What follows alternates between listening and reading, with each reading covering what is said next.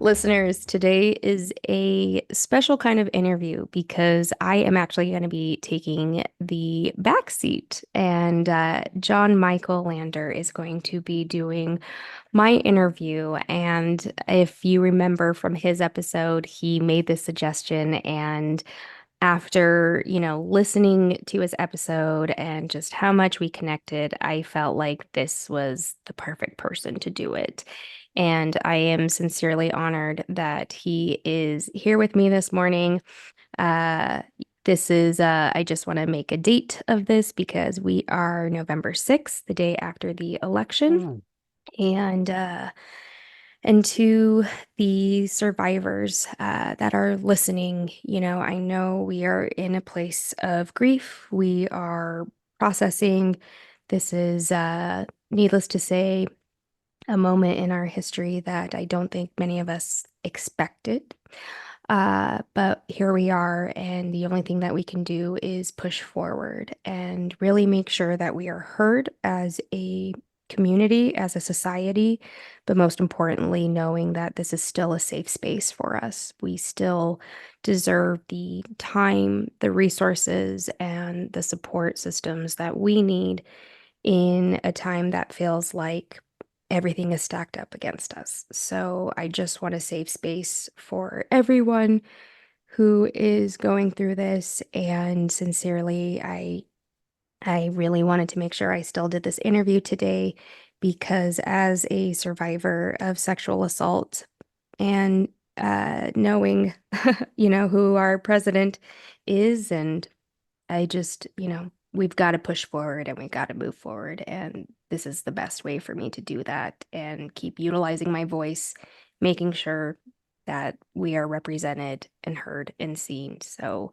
like I said, it is my absolute honor to turn over this time to John Michael Lander, who is also a pioneer in this space and really has made so much of a change, especially for male survivors. So, once again, this is the biggest honor. John Michael, welcome back to True Crime in Hollywood. Thank you so much, Celene. I am overwhelmed and honored to be in this seat with you. And I want to say that really you're not in the back seat. You're actually in the front seat, and I'm riding along with you in this journey today. Because you're going to be Yes. driving all the answers and everything, and I really like that. And I just want to say, to all of our survivors, this grief that we're feeling is real. Yeah. It's right there, and we have to own it, and we have to acknowledge it, because if we ignore it, it can get bigger. And Yeah. but this is also could be the perfect time that we unite and we Yeah. take hold of each other's hands and we share and we're going to be heard. There's Yeah. going to be a lot of cacophony noise going around all over the place, but as long as we come together and focus, we're going to take care of each other. So I just wanted to throw that out there. Thank you. And don't don't deny or ignore what you're feeling today, Yeah. tomorrow, next week, next Yeah. month, January, of course. Hmm. But we're all in this together. Absolutely. Thank you for So saying that. you're welcome. Oh, take a deep breath and fill And grab a ourselves sip of up. water. Get some water, everyone. Hmm. I think I'll join you. Hydrate. Mm, there we go.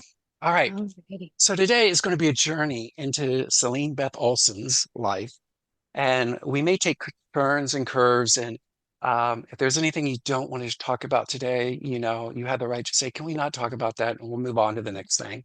Thank you. This is not meant to be in any chronological order, Yeah. just so you know. But this is like questions that popped up into my head as I got to look at you and follow you, your incredible career. You have done Thank so you. much Thank at such a young age and such important work, you. not Yeah. only for the advocacy for survivors who've Mhm. gone through such tremendous journey, but also for the society to understand true crime and Mhm. to look at it from a different lens. You're not using this as an entertainment value, although some people may want to make it that.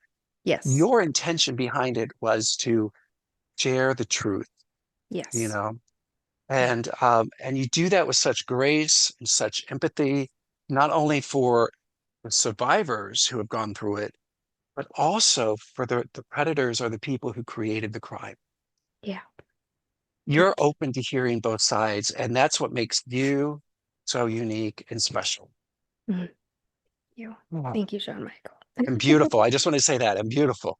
Thank So again, like I said, we're going to go through a lot of different things today. We're going to have different emotions, highs and lows, but we're in this you. together. Let's fasten the seatbelt Yes. and let's take a dive into this.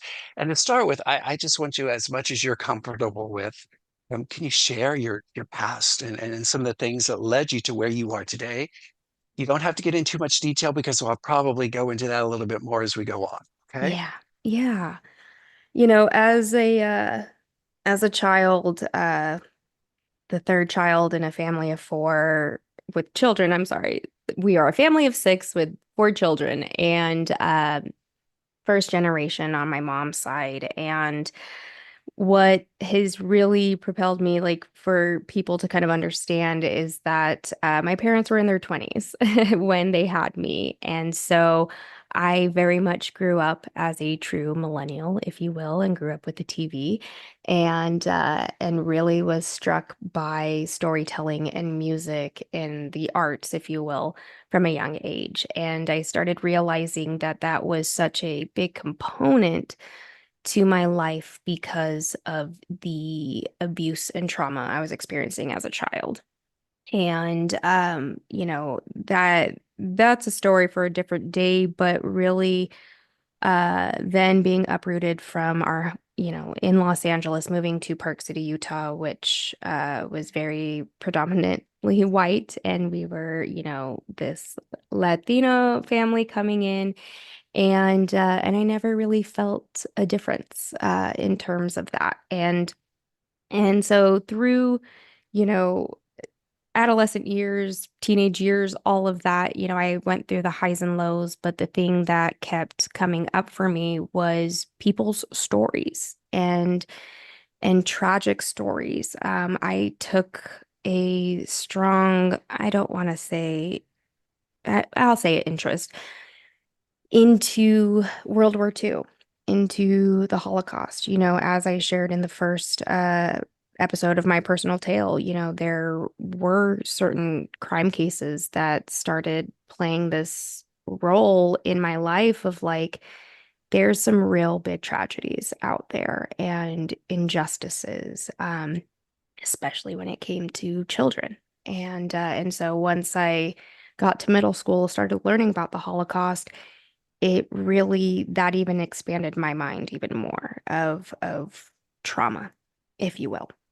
So by the point that I was in high school, I was a cheerleader, I was a dancer, and those were my safe spaces, but I really didn't know what I wanted to do with my life other than I just wanted to dance. And so, then losing my grandmother about a month after I graduated high school, that kind of put everything at a halt, if you will, and really introduced me to what depression is, and which is why I took the fall semester off and would get to the University of Utah in the spring of 2006, which is about around the time that I was raped on campus. Um, and, when I think of how far I've come, I shared a lot of those struggles, a lot of my, um, a lot of the trauma that surrounded that. And I lost my love and drive for dance. And it was very evident and, kind of spiraling in an eating disorder along with, abusing alcohol. It really was a hard time for me to really understand what was going on. And now knowing, what I have learned over these years, and as a 37-year-old woman, I recognize how hard I was struggling and how hard it was to stay alive. But what really woke me up was taking that necessary break from school, living off campus, listening to my heart, and being reminded that I'm not alone in trauma. I'm not alone in these difficult days. And so once again, I started thinking real nice and hard about what do I want to do with this life? What is my mission? And so I slowly started really watching independent films, and again, storytelling kept coming up for me. And it was at that point that I realized, okay, I need to go into some type of communications. And so I looked, on, what did the U offer? And there was one degree that was speech communications, and I could have an emphasis in intercultural studies. And this would allow me to, one, learn how to public speak, and then two, how do we interact as human beings within the media, but also with these different cultures, and how do we present ourselves? And thankfully, that degree allowed me to start exploring documentaries on a very um, analytical and rhetorical fashion. And Paris is Burning was one of the first documentaries that really hit home. It was, oh my gosh. And for people who aren't familiar with this doc, it talks about, the gay community, the queer community in New York during the 80s and during the time of AIDS, and how they created these balls. And so, when we look at voguing and we look at whacking and all these different forms of dance and expression that came from the queer community. And watching this film in a red state in my college was like, oh my gosh, what is happening right now? And I fell in love. I fell in love with the storytelling, the heartbreaking stories that I heard. But I think that was the beginning of really empowering me to explore difficult conversations along with looking at trauma, but doing it in a way that is educational and hopefully allows representation. Sorry, that was a really long response. That was beautiful. That was beautiful. I'm sitting here listening to you, and I just want to share there are so many overlaps between our stories Yeah. that I know when I was, you were asking me questions, you were going, "Oh my God, our stories are so much alike," and I was like, "Yeah, okay, I think he's right." But it's like funny. We both are dancers. We Yeah. both are cheerleaders. I don't know if I told you that. Ah, I I didn't know yeah, I went to a that. very small country school, and I stood up and said that boys should be able to cheer too, and I put Oh, my foot there and got tried oh, out and selected, and our team went on to win state championships and stuff like that. oh So it was like, my oh, gosh. Oh, but I love that. that was just crazy. But there was a couple of things I just want to go back before we go Yeah. forward. Yeah. That statement, and everyone uses it a lot. I'm not alone. Yeah. You know, Yeah. that has so much meaning, and it differentiates between people. Yeah. When you use that, I'm not alone. Can you clarify on how you interpret that statement? Absolutely. I think for the longest time, after my assault, I did feel alone because I Mhm. didn't know, one, what to even classify that as. And as I shared, because I put so much blame on myself and was trying to convince myself that in some capacity I gave this man authority to use my body. And and so I really felt like nobody understood me. Nobody would understand what I went through. I didn't realize this was a true epidemic. And I think once I started exploring independent films and then watching these documentaries, I felt like I wasn't alone because I started seeing those stories. I Mm, started seeing, sexual assault being depicted, being talked about. And it was finally, somewhat of a puzzle piece of like, okay, this does happen. This mm, happens to other people, not just women or, young teenage girls. This is actually a problem.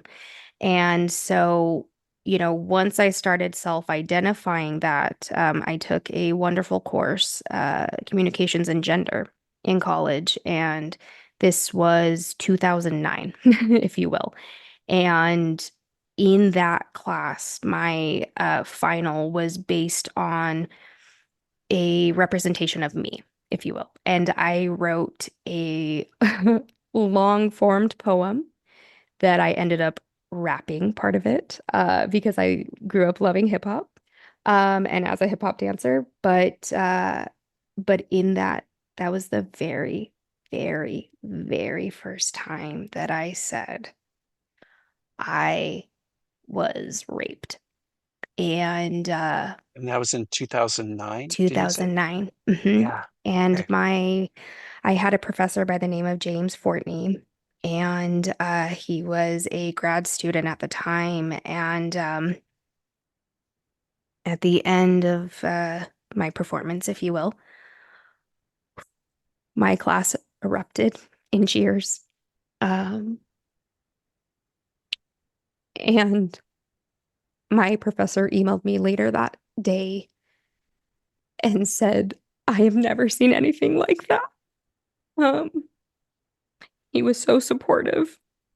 Then fast forward, we kept in touch after he graduated, and in 2014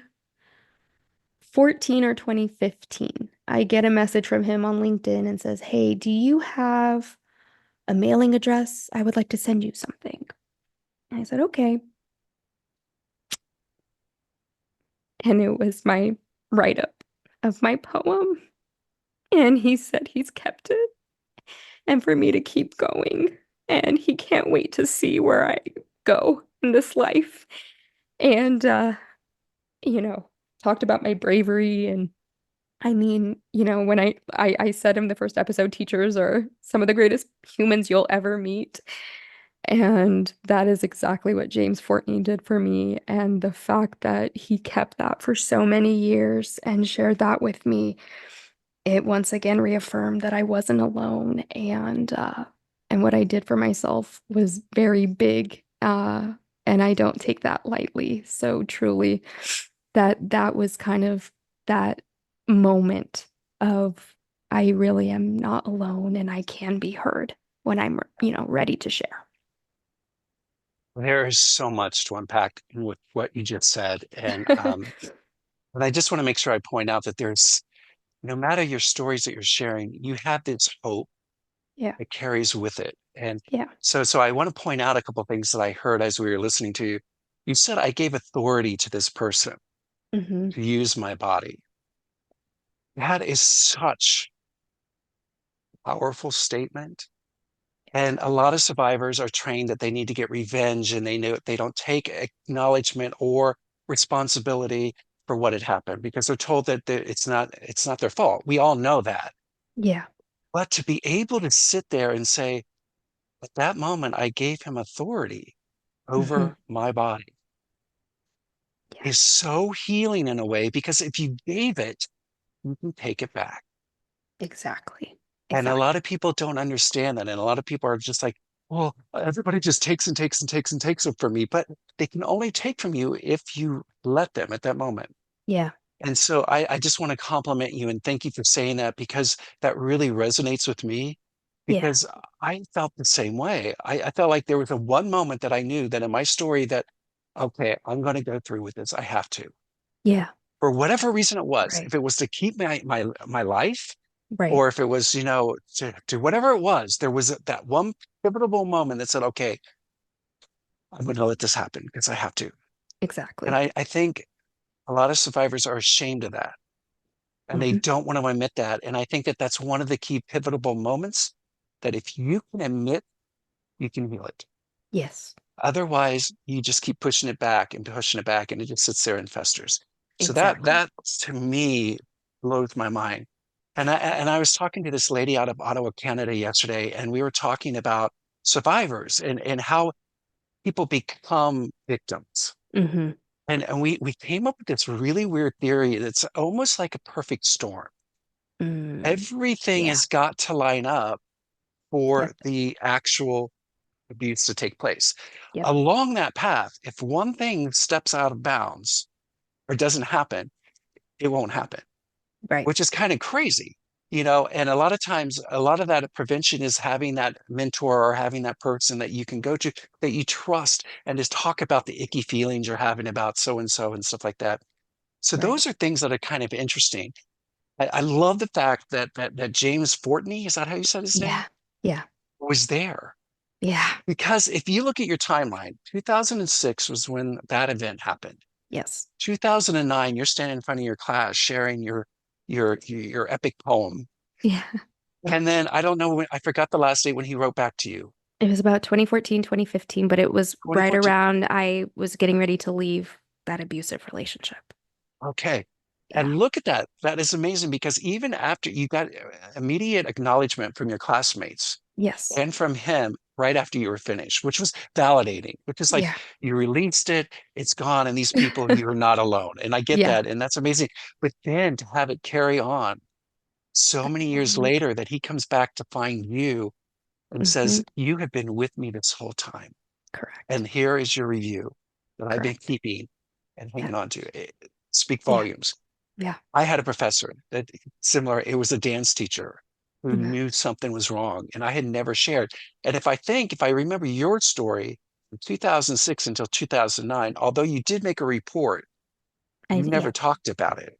And we'll get Correct. into that later Yeah. because then you were just holding all that because hmm unfortunately learning about your story, the law kind of let you down. Yeah. Correct. And Yeah. but the fact that the teacher saw you, Yeah. that is powerful. And I just want people to hear that all it takes is one Yep. person. Yep. And in Yep. your case, you had a whole room full of people cheering you on at the end, and they Yeah. all saw you. But it took that one person in a power position, Yep. as he was, the teacher, that says, I hear you, I see you, and you're brave, and you're beautiful, and you're strong. And you're like, Yeah. yes. Yeah. Yeah. So I just want to commend you on that. Thank And you. again, Paris is Burning, Ugh. an iconic project that Yes. was done. Very few Yes. people even still know about it.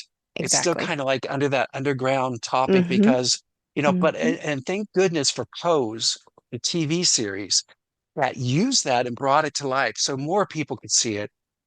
I want to tell you, I watched Pose first before I watched Paris is Burning. I Mm. fell in love back with dance. I fell in Yeah. love with storytelling. Yeah. And I was like, oh Yeah. my God, that is so real. And I love the fact that it's your passion and it's what you bring to the table all the Yes. time. Yeah. Yeah. And so thank you. Thank you for sharing your stories Of and your course. storytelling and your Of course. passion because you're healing people that you don't even know about. Yeah. Because that Yeah. ripple effect is going out there and they're seeing it. Someone in so far away in the corner of this world who might be in a red state Yeah. may hear this and go and watch that and go, oh my God, that changed my life. Exactly. Right. So and I want Thank everybody to go watch any project you put your hands on because you. it's magic. It's magic. So thank Ugh, you for that. thank you. Oh, wow. All right, take another deep breath. I know, I like want to another drink of water. take another drink of water. I want to just touch a little bit, and we don't have to stay here very long because I love dance because dance is such a form of Mhm. art and a Mhm. form of getting back in touch with your body. It's a form of knowing your body. Yeah. And I want you to talk a little bit about this incredible dance career you had and with Millennium. Yeah. Yeah. Ugh.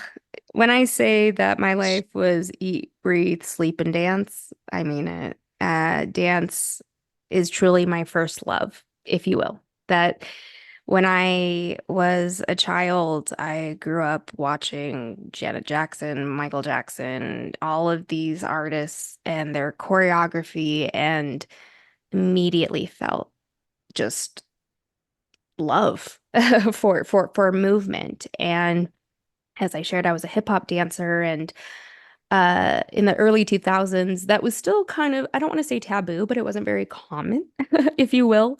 So the studio that I grew up dancing at in Park City, Dance Tech Studios, that was the first time that I had, dancers in the professional world look at me and be like, "So, are you professionally trained?" Because I started dancing in the studio world at age 12 or 13. It's And pretty so it late. was pretty late.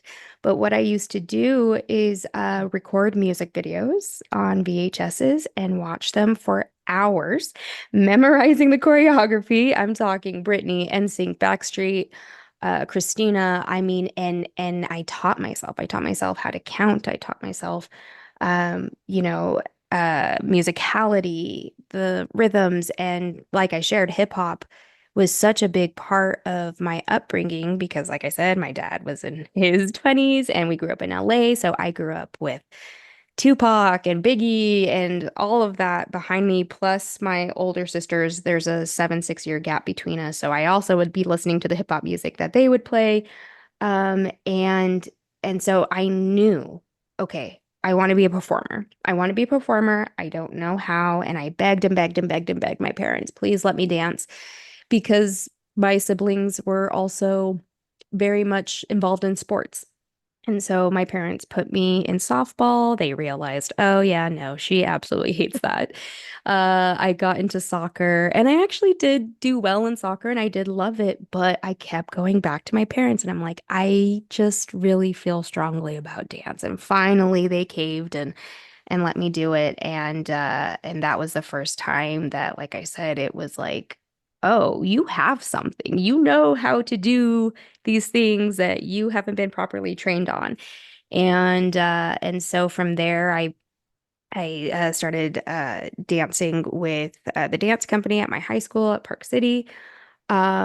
And but then I knew I wanted to cheer because my sister was a cheerleader as well. And I mean, I'll go as far as to say when I set my heart on something, I set my heart on it and I will do my damnedest, best to do it. And so I would watch my sister's old cheer tapes, learned all the cheers. I then approached a varsity cheerleader that I did not know and said, "Hi, would you mentor me? And would you teach me some of the cheers and movements and X, Y, and Z?" And so once I auditioned for cheer, uh, I definitely broke hearts in the dance world because people were like, please don't, Hmm. throw away your dance stuff. And I'm like, well, I can still do that too. So I actually did juggle both in high school. But once I auditioned and I was told that either I was up to go immediately to varsity or I could go to JV and pursue being a captain. And and since I was a sophomore, I didn't feel necessarily comfortable going to varsity because it was juniors and seniors. So I was placed in JV, and next thing I know, I'm captain of the squad right out the gate.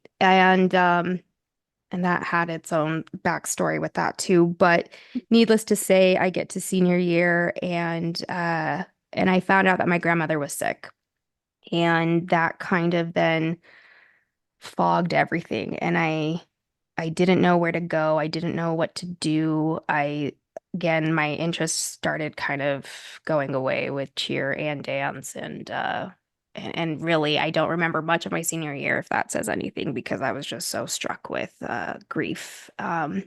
But I knew that I wanted to at least pursue dance in college. And so, I shared a little bit of that in the second personal tale. But once, after the assault happened and everything, I mean, dance, I hated it. I even auditioned for So You Think You Can Dance in 2008. And I remember watching the most incredible dancers here in Utah. And needless to say, I mean, so many of those dancers came out of Utah. Um, but it broke me because I was watching all of these people getting turned down and I felt like, okay, I can't pursue this. But deep down, as a high schooler, I had my eyes set on Millennium. And Millennium was where, Britney and Backstreet, again, all of these people, they got their backup dancers. From there, they also, one of my favorite choreographers is Wade Robson, who is actually also a survivor. And And he was someone that, I was like, well, if he can do it, I can do it. Because he was so young when he started choreographing for Michael Jackson. And, that's a whole other thing. But that's where Mm. really my eyes opened up to Millennium. And so that was always like I said, in the back of my mind. And then in 2014, next thing I know, I see on social media that Millennium is coming to Salt Lake City and they're opening a studio. And I jumped on it. I was like, I don't know what I want to do with this, but I've got to be a part of this. And so I applied to be essentially an intern. I got it. And about 4 months into the internship, I went to the owner because, as any small business, it's really hard to get this going. On top of that, this was also the first studio in Salt Lake that really advertised adult classes. And so it was like finding my passion in dance again, but also like, oh my gosh, I'm among these amazing dancers that I grew up watching in the Millennium world. But by like that fourth month, I went to the owner and I said, hi, you need me. I need to take over your marketing. I would like to, do whatever I can to make sure that this studio doesn't close. And she was like, well, show me what you can do. She gave me about a month to show her what I could do. And I got local press. I started, calling radio stations. That's actually where I met Frankie and Jess the first time. And then started getting some of the bigger name choreographers from LA to come here to Salt Lake and teach workshops and master classes. And after that, she was like, all right, you want to be the director of operations? So I went from intern to director in that short span of time. And, I had no idea what the hell I was doing, but I was meeting so many amazing dancers and some of my dear friends still today. And I found my love for dance again. During in between those times and those years, I did take up Zumba and I did become a Zumba instructor for a few years as well. But as my abusive relationship started really manifesting, I also started phasing out of that. So Millennium really was my wake up call that dance still lives in my body, that dance is still such a part of my soul that I need to survive. Um, Now I'm gonna get emotional. Um, Ah. but uh, but once I got to, about a year after being the director, things were really taking its toll in my personal life. That's where my parents got divorced after being together for 35 years. My relationship ended. I would lose my nephew. Um, all of these things started hitting in 2015, and I left. I couldn't do it anymore. But thankfully, I went back to Dance Tech, my home studio in Park City, and my second mom is the owner of that studio.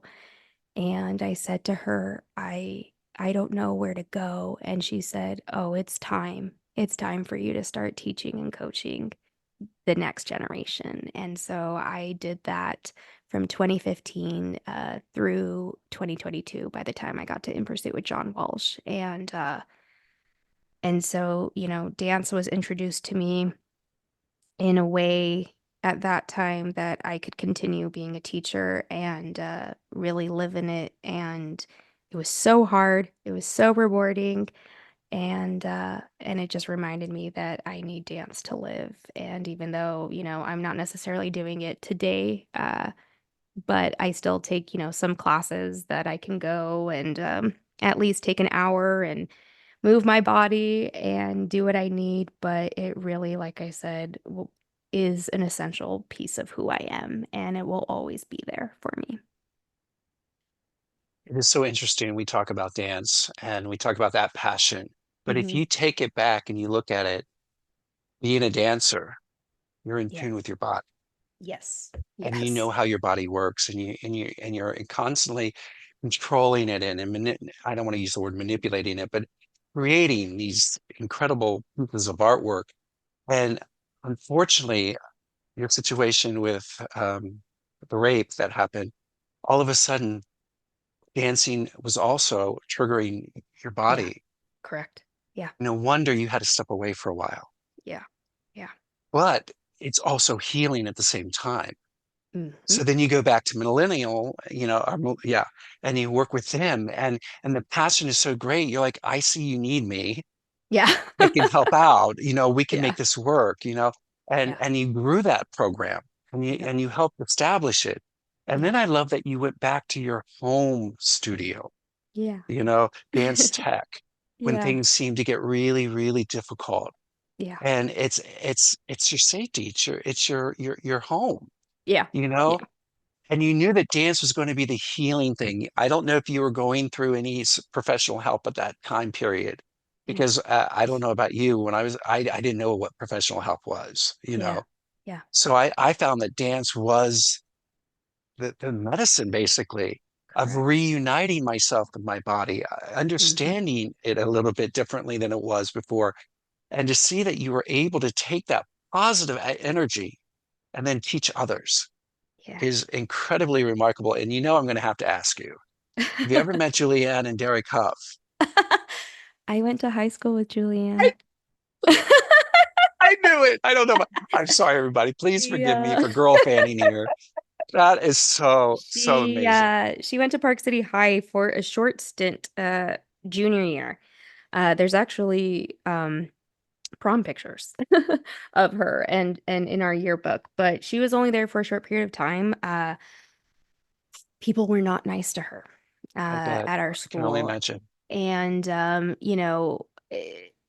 it's wild to look back on, but looking at it, like I said, Utah is such a hub for dancers in the first place. So when the first time I saw her, like officially, out in the media, and it was just like, oh, there's that girl from junior year. So yes, yes. But like Park City Awesome. really, there are a lot of people that have come out of Park City. Katie Maloney is another one that I cheered with Yes. from Vanderpump Rules, who was actually very lovely growing up. She was also just so sweet, so kind. I also grew up with her younger brother, Rocky. So Park City really is kind of like this weird little hub. But yes, I went to school for a stint with Julianne. Hmm.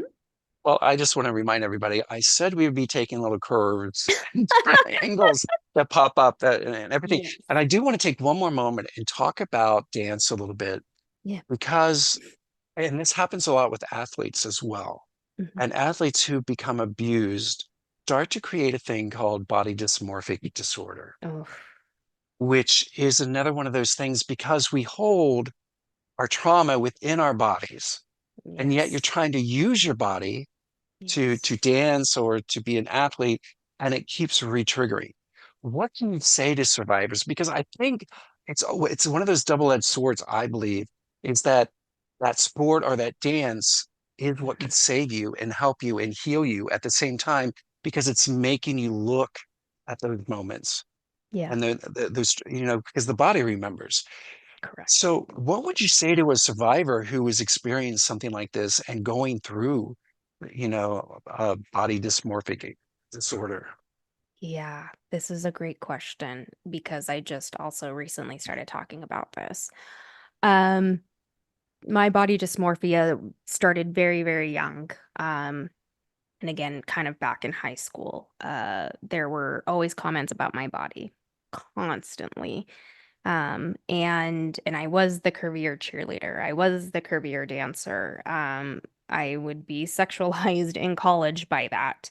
And like I shared, after the assault, that's when I got my eating disorder. I was dropping weight so rapidly, and I remember two of my modern professors in their classes, like I think after the first month that I really was in the thick of it, and they pulled me aside and were like, you're starting to wither away. What's going on? And I just chalked it up to, oh, I've had the flu. I've been sick. One of my professors even had me perform in her graduate piece. I was the only dancer that did not have to audition. She directly came to me. And so I had to do extra practices. So I was dancing like 8 hours a day on top of spending 2 hours in the gym, and then eating 600 calories, if that, a day. And so, that mind game for the longest time was so hard. So then by the point that, I get to the Zumba days in like 2010, 2011, I was already starting to put weight on. By the time I was in my abusive relationship is when it all came to head, that I really started packing on the weight. And now going through, therapy and talking through this, just like you said, your body remembers. My body was keeping score and it just started packing on the weight. Once I got to Millennium World and I'm, dancing around all these amazing dancers, I was pushing 200 pounds dancing and still dancing and smiling through it, and then I dropped a lot of weight again, and then I went back to the eating disorder in 2015. I started dancing with a professional company after I also left Millennium and was training really hard for it, which was also a very big component for that relationship to end, because he was ridiculing me on a regular basis for my body. Do not post videos of yourself when you look like that. People don't want to see a fat girl dancing. People don't, and it was just like this perpetuated thing constantly being aimed at me. And so once I made that company, that was the weekend that I broke up with him. Mm. And I said, "Bye. Like, you've got to go." And then what would happen? I spiraled again and I fell back into the eating disorder. I then dropped a lot of weight again, and then I started my Bundy project, and would start meeting with actual sexual assault survivors, started learning their stories. I talked about Rhonda Stapley in the second episode of my story. And without even realizing it, I was dealing with secondhand trauma, so enduring everything that they were sharing, but then it was bringing up my trauma. And then I quickly started packing on the weight again. And this time it was, I don't want to be murdered. I don't want to be raped again. I don't want to be seen, but I want to do this work. How can I keep myself safe? And that was my belief system, was that if I look this way, I'm untouchable. And the body dysmorphia of that was so hard for me to work through. And so, as I shared, I have lost over 100 pounds now. So since 2020, I got the gastric sleeve, but that was also in part to help with my infertility issues because I knew I wanted to have a child. Um, and I was able to drop the 100 pounds, and, I'm still working on my weight and, the journey with it that I've been sharing on social media recently. But your body is just this vessel of holding this trauma. And I think now being able to be in therapy, be able to recognize these pinpoints, how I have had to take control of my body, then lose control of it. I mean, it is so disheartening. So, any survivor out there, whether you are an athlete or not, a dancer, whomever it may be, remember that your body is what you have to, get you through this life, and treat it as kindly as possible. I still struggle, with my body dysmorphia today, but I am getting better about it. I have a partner who is so loving and reassures me that, he loves me at any size, and very drastically different than the abusive relationship that I came out of, but also understanding that secondhand trauma is very much a real thing and very much played a role in that latter half of really battling my weight, and that in turn is my mental health as well. So I just, like I said, it therapy has been the best tool for me to work through that and identify these moments within my life. And and as and as millennials, we also grew up with diet culture. We also grew up seeing this on a regular basis too. So it is also unlearning those things and remembering that, my body is here to serve me, and what I put into it is also what I give back to it. And so yeah. Thank you. Thank you. Because I think that's such an important message to be sharing with people. And I was listening to you, I kept thinking about, you have the eating disorder, you have the weight gain, the weight loss, the da da da da da da. Mm-hmm. And and again, I just want to make sure I'm clear with everybody who's listening. At that time period, you were not getting help yet, right? You had Nope. not had professional help.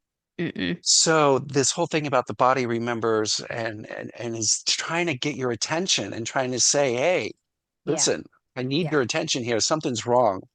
And I think that happens to a lot of survivors that they don't understand, you Yeah. know.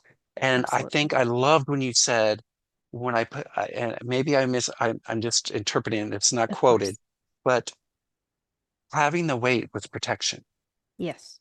No one was going to look at me like that, the way that, because you were afraid of dying, you were afraid of being raped Mm-hmm. again, you were Mm-hmm. afraid of all these things. And if I had this armor on me, I was Mm-hmm. safe. Mm-hmm. And yet it was unhealthy for you, Yeah. Yeah. you know. And we don't look at the unhealthiness. We're looking to be safe and protect ourselves. Right. And the fact that you were able to see that and Yeah. be able to take that as a positive momentum to change, or not even change, but to acknowledge is what I want to say.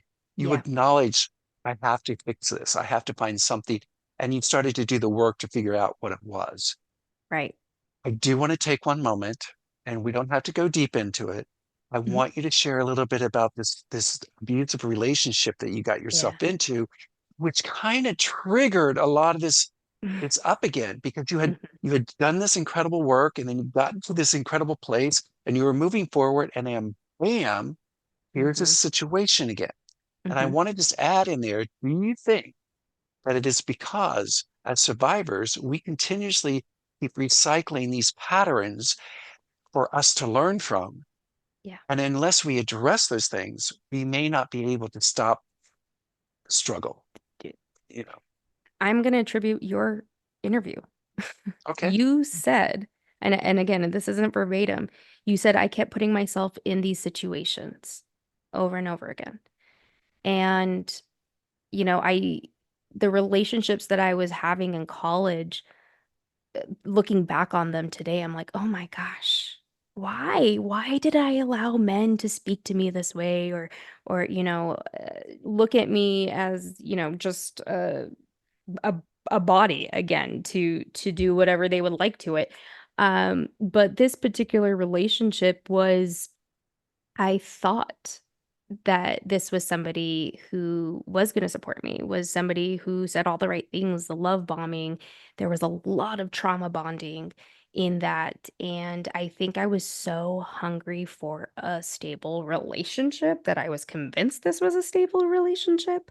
Also keeping in mind, the home that I grew up in was not a positive reflection of what a healthy relationship was. And so I think that also was another component to that.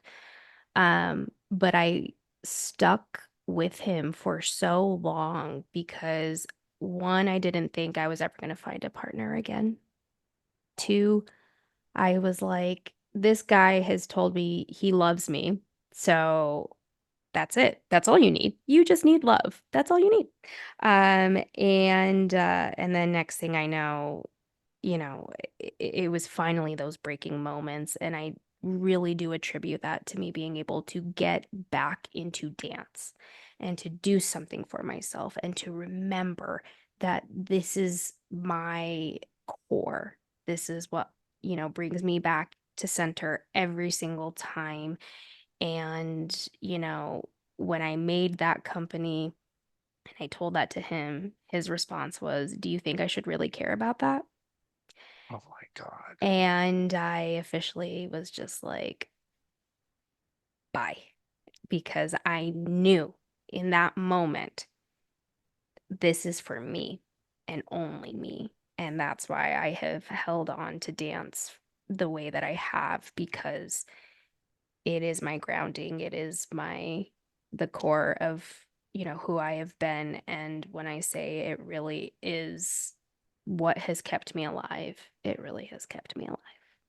Yeah. It's so amazing because I truly believe that we are inherently supposed to be happy and Hmm. peaceful and loving and all that stuff. And yet I want to stress every time in your story, if we were to do a peak, like a graph or something, you can and pride, not pride, and that's the power is up Hmm. here. Hmm. You would see the arcs going up and down throughout Yeah. your story and Yeah. how that those moments saved you Yeah. because you are innately a powerful woman. Mm, And we got to thank keep in mind too that it is a little bit different between men and women. you. Even Hmm. in survival world, you all are blatantly told what you're supposed to look like, how Yeah. you're supposed to look like, how you're supposed to act, what is expected of you in a relationship. Everything is laid out. Yeah. The guidelines is there. Yeah. And we're constantly bombarded with that with our television and with our newscasts and everything. This is what a woman is. Hmm. And it's unfortunate because that's where our problem is. Correct. And, not to go back onto this election thing, I just would have loved to have seen a woman president to see what that would do to our country. Mm. Just Yeah. because I think our patriarchal society is in a very toxic masculine state right now. Oh, However, 1000%. we'll come back to that. We don't want to end, but I do want to think you said two things I want you to kind of elaborate on really quickly. Secondhand trauma. I want to Yes. make sure that our listeners understand what that is. And trauma bonding. Yeah. Secondhand trauma is essentially the trauma that we are intaking, whether that be, I use it in the media world, but essentially, as I shared in the first episode of my story, being able to look into somebody's eyes and listen to their stories, watch the trauma actually pulsate through their body. I'm picking up on that. I'm also an empath. And so being able to intake that, hold on to that, because I found myself going home from these interviews and being so distraught for days or even weeks, depending on how severe the interview was. And as I shared in 2020 when I was at Sundance and I saw Into the Deep, and this director started really kind of hitting home on it, but she also didn't necessarily have a terminology for it, but I Right. could see it. So me being able to connect with her after that screening and just saying, I get what you're trying to say right now, that we are holding on to this, that this is, we are actually in turn traumatizing ourselves for our jobs of storytelling. And so, that's really why I have these producers and I have these individuals come on the podcast who do storytelling. I mean, even down to my cinematographer from In Pursuit with John Walsh, because I want people to understand the levels of what that actually takes working with trauma survivors, intaking this mass amount of trauma that, we are working with. Literally the episode that dropped today with Pebble Sarmiento, who is a survivor of the Tony Alamo cult. She is another person that people will understand why this podcast came about and why I started this workshop and more about secondhand trauma because it was her. It was her story that set the stage for everything that I am doing right now today in this moment because of the severe trauma that she discussed as a child bride. She was in this cult until she was 25 years old, got there at the age of 10. Um, and so I want listeners to understand as storytellers, this stays with us and we do have to work through it and we do have to talk about it because I realized we do not talk about it in this industry and it is so important that I shed light on that. So that's a little bit of what that is. Now, trauma bonding, um this was someone that had so much trauma in his past, and we both kind of trauma dumped on each other right at the beginning of our relationship. And it was this like, oh, you understand me. oh, I think you understand me. And so it was like this safe little bubble, if you will. Um, and I think that's why I stayed so long, was because I also didn't believe that any other person in this world would understand the level of trauma that I have experienced. But equally, I didn't have the verbiage of that. I also didn't realize that was trauma and his trauma. Right, right. And then the perfect storm of us coming together and talking about that really created that bond between him and I. And as I would, learn and now see, is that all of that was, untreated trauma on both of our ends, and really trying to coexist with each other because we could somewhat relate in a very close fashion in terms of our traumatic pasts. And it's that whole idea of us against the world type of thing, Yes, you know. correct. And I think people need to also understand there are many survivors who actually fall in love, if that's what you want to talk about, but they call it trauma bonding with their abuser. Mm-hmm. You know, they talk about some of the women that were kidnapped, you know, and held in the basement, and how they actually didn't want to leave because they had created this relationship with it. Right. I had the same thing with my coach. I thought that he would be the one that would save me, you know, and so Yeah. I did everything that that coach said. And Yeah. I convinced myself that I thought this was going to be forever, you know, and I Yeah. don't, and at that time I was so young that I had no idea what gay or straight or any of that meant. I had not figured that out. I just thought this was a human who cared about me, Mm-hmm. you know, and Mm-hmm. so I was able to put up with the abuse because it wasn't abuse because I convinced myself it was love, Correct. Yep. you know. Yep. And so that's kind of interesting about that. I love the fact that you also said we're holding on to it. Mhm. And by stating that, it's almost like it's the choice that we make. We're Yeah. holding on to it. Yeah. And we're holding on to it because we're afraid if we let it go, like you said, there's nothing else there. Yeah. This has now become so normalized for me. And I want people out there who are not survivors to understand we normalize it. Either Yeah. it has been normalized to us, or we in our survival state have Hmm. created the situation to be normal. Yep. And Yep. we don't know anything different. Exactly. And it's really funny is that my partner was talking to me the other day, and I said, I don't know why I'm so afraid about being happy. Mm. And he looked at me and said, well, your whole life has been this over here Yeah. that you've normalized it so much that you think that this is what life is all about. That when it becomes peaceful or happy or exciting, you're scared because you've never experienced it for long periods of time. Correct. And so what you do is you're like trying to shy away from it and push it away, and you want to go back to where you were over there because that's the normal world. I just wish people could understand that. And Beautifully it's said. just Yeah. so frustrating that they don't. So Yeah. we're going to take a moment and we're going to wheel around here. We're going to take a right-hand turn here. Um, I was thinking about your filmmaking career. Hmm. Now, you studied speech communications, Hmm. and then you graduated, I'm assuming. I could be Hmm. wrong. Hmm. And then you went on to film school, For right? like a year. Yeah. Yeah. So About what was the thing behind the impetus to go there, and what did you study? Yeah. And go for Yeah. it. Yeah. So after finishing up the speech comm degree, I still was in that like weird place. Like, where do I go from here? And I was doing so much public speaking, obviously, for that. And I also was writing so much on documentary films. So, another example, I took a communications and hip hop course, and I wrote a whole thesis on Tupac and what thug life meant, and the, advocacy behind it, and this, concept. And I saw a doc about him that really kind of like opened my eyes to, oh my gosh, this is so much more of a bigger conversation than just hip hop music.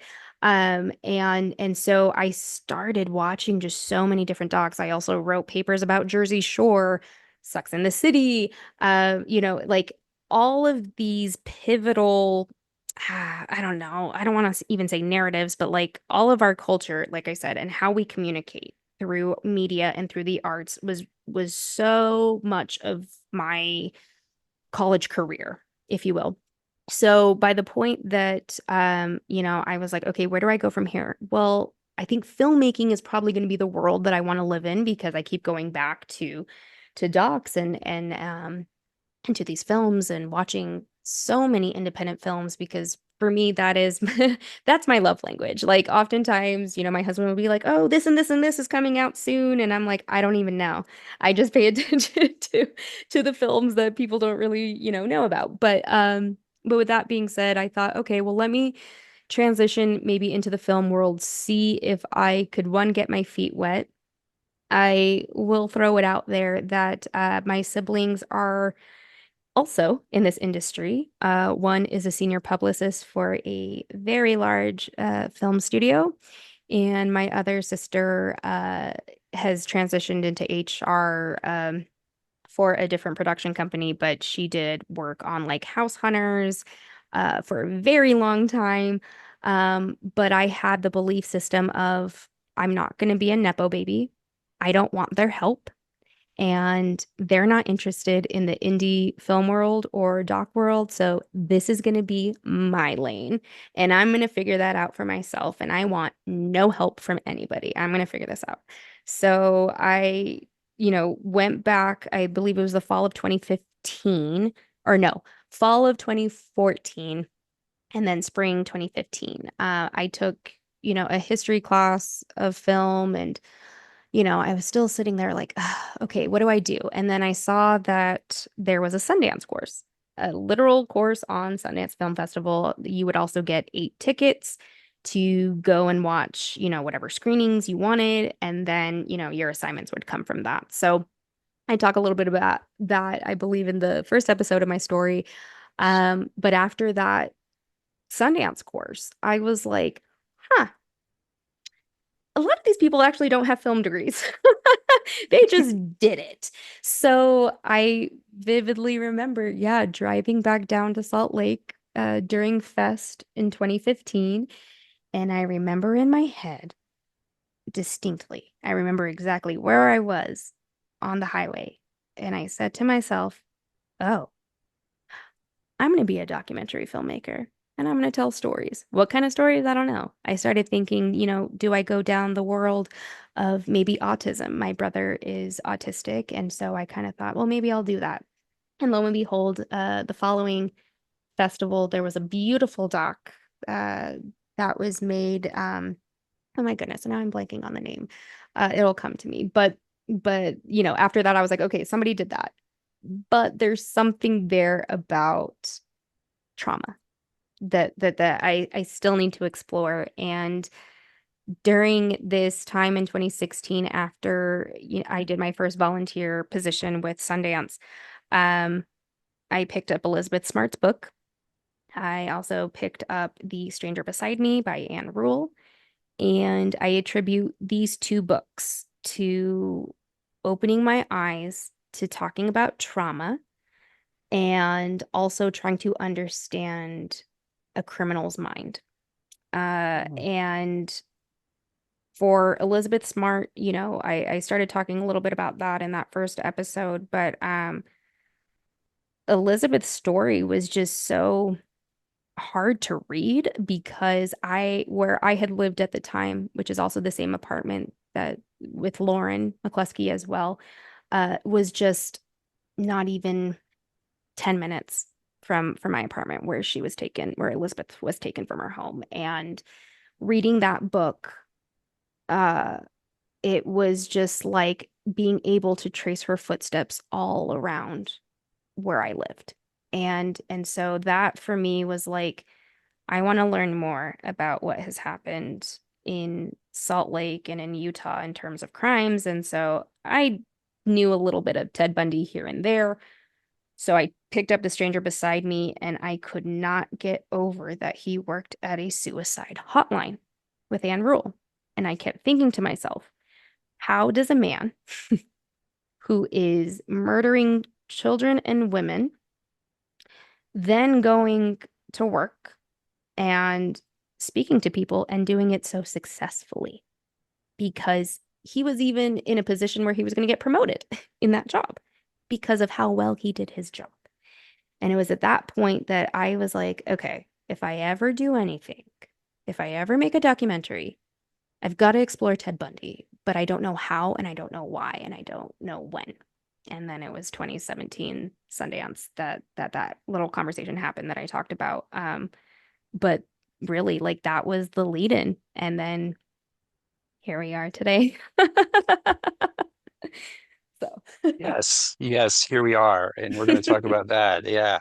I just want to ask one quick question about what was the biggest takeaway you received from working with trauma survivors from 2017 until today? I will never truly understand what they have all gone through. I can relate to certain parts. I have heard some of the most horrific stories that I could ever, not even come up with.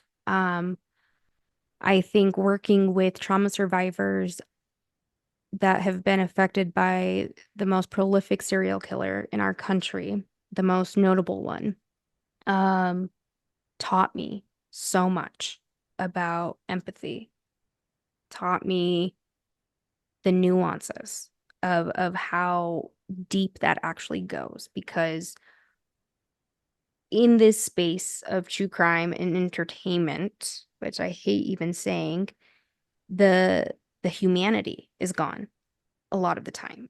And we have watched, sensationalized stories crafted around these horrific crimes. So meeting with different trauma survivors, family members, community, even law enforcement down to legal, everybody has their own story and the trauma that they have developed from it is so complex. And I think, once I took a step back from my Bundy project and really tried to shift my focus into, my freelance career and taking a beat on it, it opened my eyes to so much more. And then, that then goes into working with one of the most incredible families I have ever met in my entire life, which is the Walsh family. Um, and like I shared, it was a masterclass in true crime and ethics and really has changed me as a person. But along the way, that was also Lori McCluskey who changed everything from 2018 on. Breathe, I need a breath on that one. Whew. Yeah. Thank you, thank you, thank you. I do want to share something about, you talked about um, creating entertainment around these traumatic events. And Mhm, I think there's, a film out right now or a series on Netflix, The Monsters, the mhm, Menendez brothers story. mhm, And I did watch it. And, mhm, they've been criticized and, sensationalizing a lot of it. And yet I was engaged in it because the way that I felt that as I watched it, I was never sure if they were telling the truth or lying. mhm, mhm, Which I think is great on the directing part and the actors. And in episode 5, I don't know if you know this, there's this 30-minute scene, Eric Menendez being interviewed by his lawyer, but she has her back completely to the camera for the whole time, and the camera is just focused on him. And mhm, it slowly moves in. It dollies in on him as he goes through mhm, this. And as a survivor, I was riveted by the fact that I believe this kid. mhm, I mhm, believe the stories he's telling. And then at the very last minute, when she's finished, he does this little take. It's very subtle. And he just kind of looks up at her from the side of his eye with the tiniest smile, which made me think, did he lie?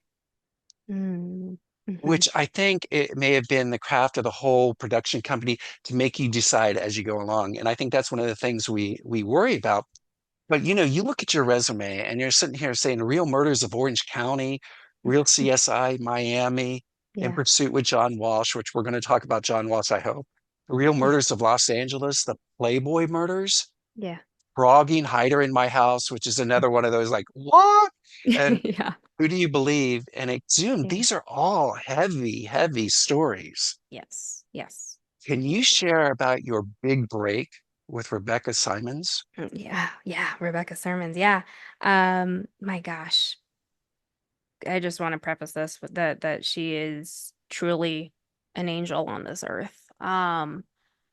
Rebecca found me through My Favorite Murder, which is one of the biggest true crime podcasts that has ever been done. That is still going today. So in 2017, when I started Theodore, uh, I started getting recognition very early on. And that was very much in part of Georgia Hardstark and Karen Kilgariff, because they were advocating for, our Kickstarter at the time, and really was pushing to see my project come to fruition. And so Rebecca actually worked with Karen at the Ellen show way back when.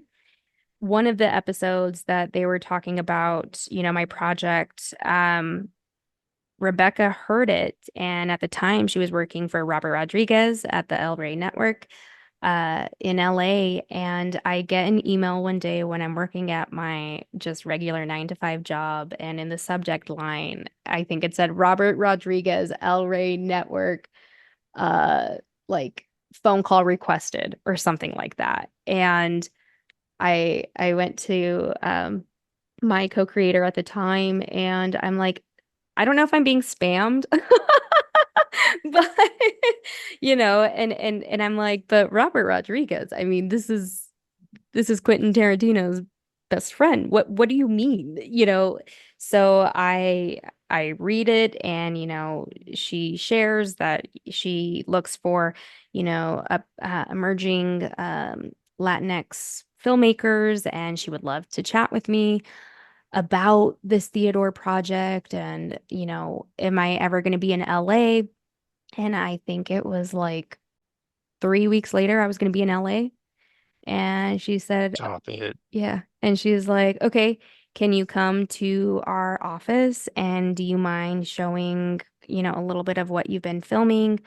We would love to have you. And I was like, oh my gosh, what is happening right now? So, I go home to my mom's home, and I'm like panicking. I'm like, I don't even know what I'm doing right now. And I shouldn't be meeting with these people. And so I get to his studio in Santa Monica. There's a gentleman who opens my door, and like the best way for me to put it is like that moment in Jurassic Park when he's like, "Welcome to Jurassic Park." Like he literally said that, but it was like, "Welcome to El Rey Network," and then like walks me inside, and I'm being treated like this A-lister, and I'm sitting there just so confused. I'm like, I don't deserve any of this. And so next thing I know, I get moved into a room with a bunch of, oh my goodness, I think there was like 7 or 8 people there from the network, along with Rebecca. And I show this, I think it was like 15-20 minute snippet. Um, and then we have lunch, and, we're just talking. But, you know, at that point, they wanted to hopefully take on Theodore, but that was such a transitional time for them. It wasn't able to come to fruition, but within days of meeting, Rebecca was like, I want to help you though with this project, and I would love to be a part of it. And from that day forward to this morning, when I was texting with her, she has been my biggest cheerleader, has been the number one person who has seen my, vision and film work, and wants me to succeed beyond, any of my wildest dreams. And she really is the reason that I got into my freelance career. And now she is the freaking director of NASA Plus television. And, she's the first female queer woman, to be representing NASA in this way. And I mean, like I said, she is this angel on earth, and that's really how she came into my world. Well, good things happen to good people. Yes. Yeah. So Yeah. you must be a good person. So Oh, just wanted to thank throw you. that out there. But again, here's another one of those peaks of hitting that power Yeah. because you you may have questioned what are you doing in there, but you Yeah, never doubted yourself that you could be in correct. there.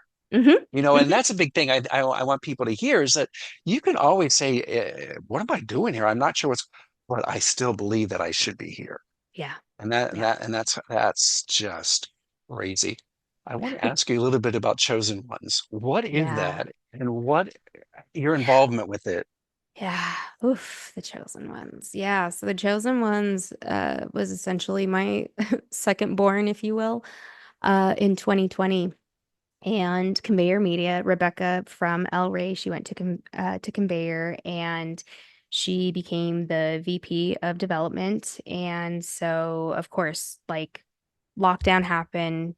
She was like, okay, I know you can't work on Theodore right now, but like the world needs to hear from you and you need to have another project. What about podcasting? And I was like, no, I Hmm. am not doing a podcast. And she said, okay, but how about if you choose the case and you should probably pick one that is localized to you so you can follow it in real time. And of course, at that time, it was the Lori Vallow Daybell case, which is the most gut-wrenching, bizarre case I really have ever covered. But the biggest thing that was sticking out to me when this project was presented to me was that these two children were still missing at the time. And of course, now we know that Lori and her newest husband at the time, along with her brother, unalived these children in the most horrific fashion. Um, and this all took place in Utah, Idaho, Hawaii, and Arizona. And when I said, okay, I'm going to take this project on, um, I had I really didn't know how I was going to tell this story because again, it was still breaking, first of all. And it was so complex because there were so many layers and people involved. The other thing too is that there was a heavy LDS, Latter-day Saints, emphasis on this story. And me being here in Utah, Mm. I had a pretty clear understanding of the church.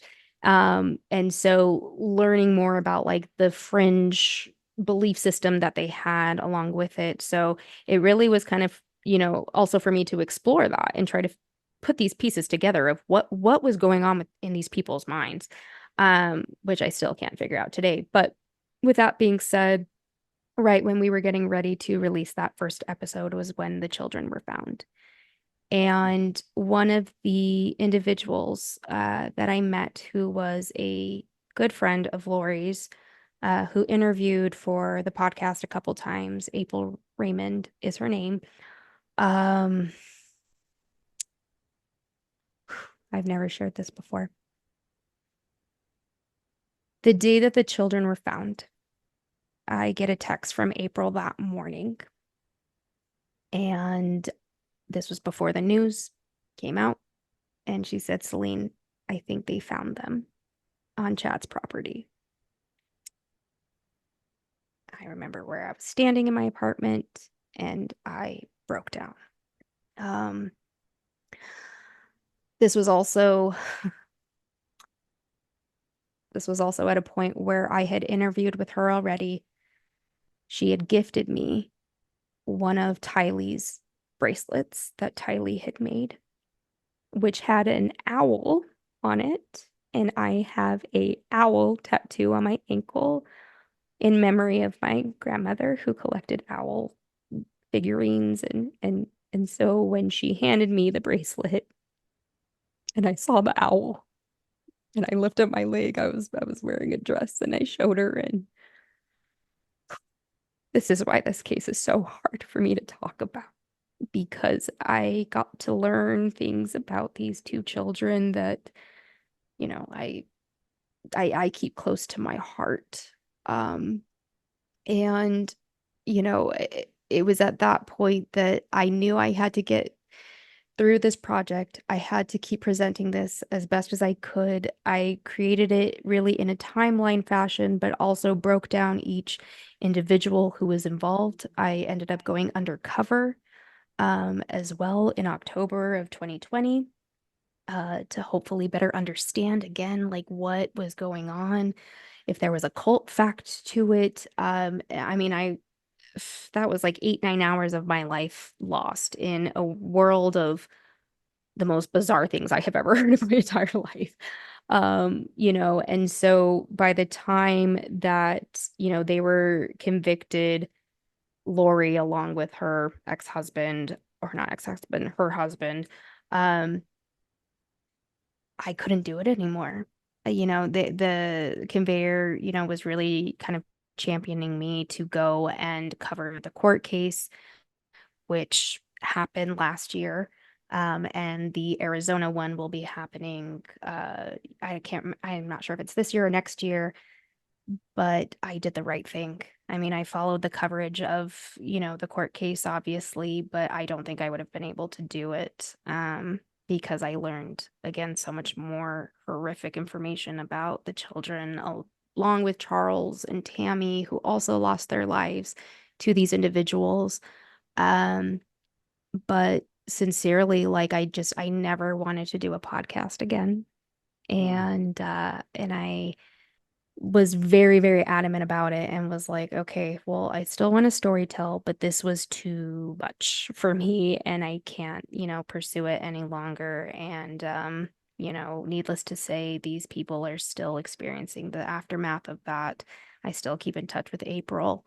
And again, this is why I've said in my episodes that it's so hard for me to talk about because I got so close to it. And then, like I said, learning about these children and then having that moment about Tylee was really hard. Oh, well, thank you so much for sharing that with me. And I feel honored. I Yeah. just also keep thinking about, how you share these children's stories Hmm. so that they will never be forgotten. Yeah. And we Yeah. will remember it. You did that. Yeah. And Yeah. that's power. Yeah. Again, picked up hitting Yeah. power again. You've also Thank been known to say that people like John Benet Ramsey, Elizabeth Smart, you. Hmm. Lauren McCluskey have all been pivotal in you producing crime programs. Can you just touch a little bit about Yes. how that impacted you? Yeah. Yeah. So Jean Benet, like I said, that was the moment that true crime, if you will, was introduced to me. And this was a little girl who was close to my age.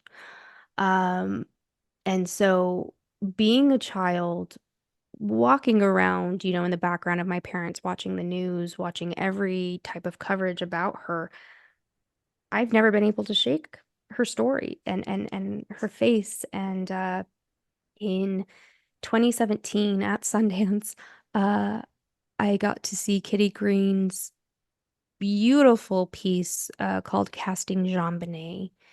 And I remember one of the individuals that I met through the documentary film program at Sundance said to me, okay, if you're going to be making a true crime doc, go to the Jean Benet one. Like, you need to go and watch this. But what Kitty did was interview all of these actors that were going to be playing the Jean Benet story in a narrative film. And once she started asking them why they wanted to be a part of this story, you started hearing their connections to the Jean Benet story and why they wanted to do it. And I believe I learned a lot of this in the Q&A as well. So I had a deeper understanding of how this film came together, but within that, it was like I then internalized that, like, of why am I always so drawn to this case too? But then learning that these actors, a lot of them were from Colorado. She was casting, I think, strictly in Colorado. So then she interviewed all the different actors that wanted to play Patsy, all the ones that wanted to play John, Jean Benet, Burke, all of them. And then finally at the end of the film, she takes each of them and they start reenacting certain moments while there's still the storytelling in the background. I mean, I believe this should still be on Netflix, but Kitty Green opened my eyes to thinking outside the box. And once again, humanizing us and understanding why we were so drawn to this case and why it's still such a pivotal one that is still being brought up today. I believe Joe Berlinger has a documentary coming out on this particular case here this month or next month. So if that says anything, it still resonates. Elizabeth, as I shared, her cousin was my cheer coach for a short period Mm. of time and literally had to leave our summer of camp to go on a national search for Elizabeth in DC. And, I shared that moment when our school, held a vigil about with Elizabeth, in our hearts and in that intention. And that also happened towards the end of our school year. We were always kind of late, if you will, than other schools when we got out because we got an extra week of skiing in February. So, so this is why it might sound weird that I was still in school in June, but that is the truth. But you know, uh, Elizabeth, like I said, was also close in my age. This was also a girl that was just living her life, just being a girl. And up until maybe recent years, I never, ever slept with my window open, ever, after Elizabeth. I would be dying of heat. I didn't care because her story just stuck with me. So, like I shared, I then read her book. I followed, the court case in, I believe that was 2009 or 2010, uh, and having just this stronger understanding of Elizabeth. And, also in turn, she also had another family member that my sister also cheered with. So, like, this connection with the Smart family was very prevalent in my family's home. And so we very much internalized, when she went missing. But like I shared, I remember that day so vividly when she was found. And she even goes on to share that she experienced, Stockholm syndrome, Mm. being separated from Wanda Barzee and, whatever his Brian Mitchell. Uh, and so that again just like stuck with me, but that was when like that hit way too close to home. But the biggest kicker, so sorry, is Lauren. And I'm just coming off of doing about a little over a month of press and interviews about Lauren. This is a woman who, like I said, did everything right. This is a woman who was murdered feet away from where I was raped at the University of Utah. The way I told Lauren's story in this second episode of my story, I wanted people to understand the magnitude of how much this actually impacted me and still impacts me to this day. Lauren's lap just happened a few days ago. I was the final guest speaker at the event. I got to speak directly to Jill in this speech. This is also the first speech I've ever done in front of my school, even though I got to do it in classrooms on campus. This was the first time I got to address my fellow Utah Utes. Um, and Lauren has changed everything, everything in my storytelling, in the way I parent, being a mother to a daughter. I look at Jill, Lauren's mother, as somebody who is the one of the biggest fighters I have ever seen in my entire life, and I still see so much trauma living within her. Um, Saturday was the very first time that Jill and I have ever been able to hug. She so graciously accepted me in her arms right after my speech. Um, so I'm going to give a little bit more backstory about Jill and I that I have not shared. So when I supported Jill in that tweet, she retweeted that along with her commentary. And that's when, the journalists started coming into my DMs asking, for my story. And I took a couple days and I went back to Jill and DM'd her and I said, "Hi, Jill. Thank you so much for, sharing your words of support for me too. Um, People are asking me to talk about my story and I don't necessarily know what to do about this." And she said, "Can we jump on a call?" And I said, "Okay." So later that evening, I was getting my tires changed, and we get on the phone, and she breaks down within the first minute, um, and asks me, would I be willing to meet with their attorney and and maybe see if there is something that I could do to support them in this litigation against my alma mater, because now she knew that I was not treated with urgency. I was not treated with care by the campus police, just as they failed Lauren.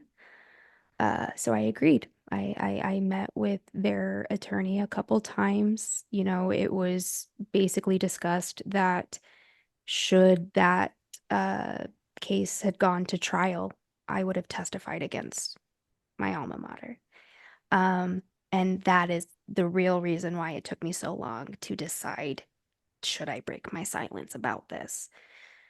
But but then during that course of time, I would get a message from an account that I couldn't identify a name or a person until they shared, but it was a police officer from the campus police during the time period that I had uh, filed my report, and wanted to know if they were the reporting officer, if they failed me, apologized to me, said, "I'm so sorry to know that you've been carrying that with you for so many years." And thankfully it wasn't. They were not the reporting officers. Um, and so, it really led me on that path of, I've got to do something for this family. I've got to be there through and through for them, because I can't imagine what they are going through. And so, this leading me up to this very morning, they are a family that stays with me and they are going to stay with me. I got to speak about Lauren in my speech, share why we were doing that lap, share why Lauren's promise is so important, and why we need to continue to stand and support the McCluskey family, because they have gone through a lot. And recognizing that my trauma and my experiences hopefully amplifies and creates this conversation and understanding of campus safety and awareness, and making sure that what happened to Lauren doesn't happen again. But I am here to say that the University of Utah has lost so many students to murder. And there was even another murder after Lauren's that did not happen on campus. And people started confusing Mackenzie Lewick and Lauren McCluskey's stories. People were coming after Jill for Mackenzie's murder. I couldn't believe what I was watching. And reading the comments on some of the interviews I did, and reading, what people have said on this documentary piece that was done so beautifully by KUTV, still putting blame on Lauren, saying, why didn't she see the red flag? She should have seen it. I, I, are you kidding me? Are you fucking kidding me right now? You know what I mean? Mm. And so it is still very crystal clear that victim blaming is still here. Doesn't matter how many times we share and tell this story, there are still people out there who are victimizing not only Lauren, but her family, who don't deserve that. And I will be the first to say that I will defend and be with this family in a way of support, however long that is. And if that's for the rest of my life, that's the rest of my life. But these three murders, Jean Bonnet, well, not Elizabeth, Jean Bonnet having Elizabeth, and then Lauren, it's like I carry them in my heart, and they are truly a big reason why I'm here today and why I'm able to verbalize the hardest days of my life. And every single one of them, deserved a life that they didn't necessarily get to get. And you're doing that. You're extending their life and their memory and what they're doing. Yeah. And with Lauren, just watching some of the documentary and that wonderful news broadcast that they did with you in it, knowing that the murderer, if we can say it like that, Yeah. was a sex offender, had a Yes. history of that, and no one did anything about it. Correct. And I just want to make sure everyone hears this, and please go watch this stuff because it's really wonderful. But she did all the right steps, and her mother, Jill, was a professor at the university, correct? Correct. Or at Washington State University. Okay, Hmm. okay. So she did all the correct steps. She Hmm. reported it. She asked for a what is that, the stay away from her kind of thing, and Yeah. she did everything, Everything. but no one did anything. Yep. And I just want to also emphasize you experienced that. Yeah.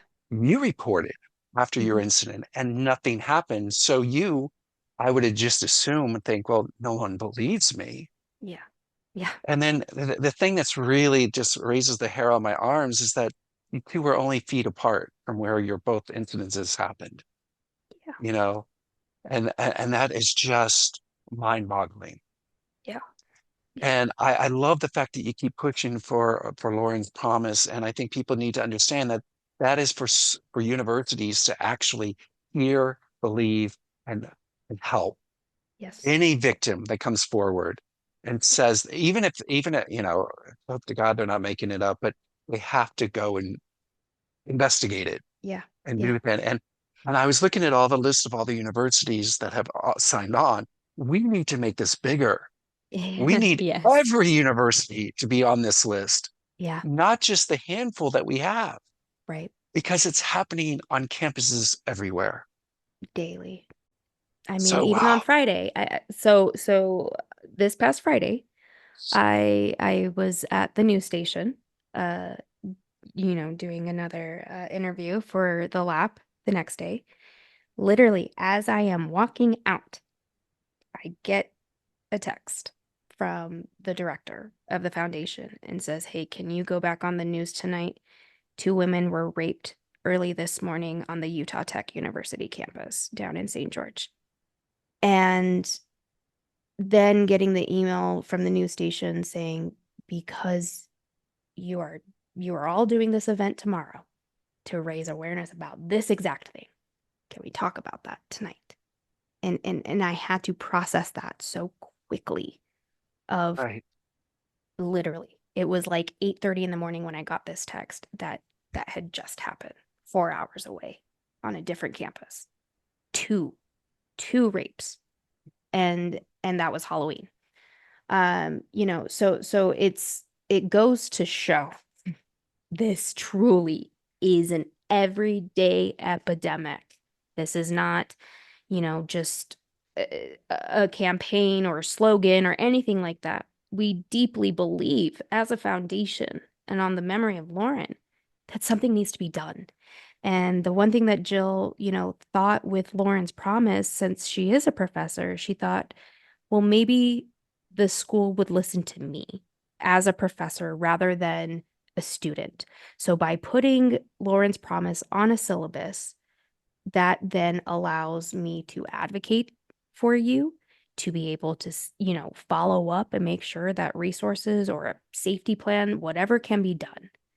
And just like you said, it needs to be at every college campus, not just universities, just it, we have to keep amplifying this, and I'm not going to stop anytime soon because like I said, the worst example of what could happen happened to Lauren, Mm. and you're right. I mean, she did every single thing. It was over 20 times that she raised awareness. This guy literally was a sex offender and was on parole Yep, nonetheless. What the hell do you mean that they couldn't do anything, you know? So, exactly, exactly. And why wasn't he on the radar? That's the other mhm, thing that I just can't imagine, you know. yeah. And I think about that, and I want to, also not discredit the fact that this has only happened to women. This has Hmm. happened to men on campus as well, and it's being hidden by the fact it's being called initiation, rite of passage, or hazing, Hmm. and males don't talk about it. But I want to make sure that we support our women who are going through this. We need to help them. Everybody needs to be a part of it. All right, another deep breath. We're going to change. We're going to go on to a left turn here. Just to Okay. quickly expand on that though, Okay, please do. there was a survey done at the University of Utah that also identified the men that have been victimized on campus, along with the trans and non-binary Yes. individuals as well. And I just want to say I know for a fact that was not the real true numbers, Right, because right, they are less likely to believed and assisted with. So, yes, it is across the board. It is for everyone in terms of campus safety. And I just, thank you for saying that. And right. like I said, I just want to heavily emphasize it is other, genders as well. But we're not minimizing women. I want to make Exactly. sure everyone Yeah. hears that Yeah. because I don't want people coming up and, oh, no, no, no, no. Definitely. Yeah. Please hear me on that. Yeah. All right, let's take a left-hand turn Hey. on this one. You have been working with, true crimes for a while now, and you've been dealing with a lot of stuff. And Mhm, and you worked on the Ted Bundy story in Killing Theodore. mhm. How has this affected your mental health?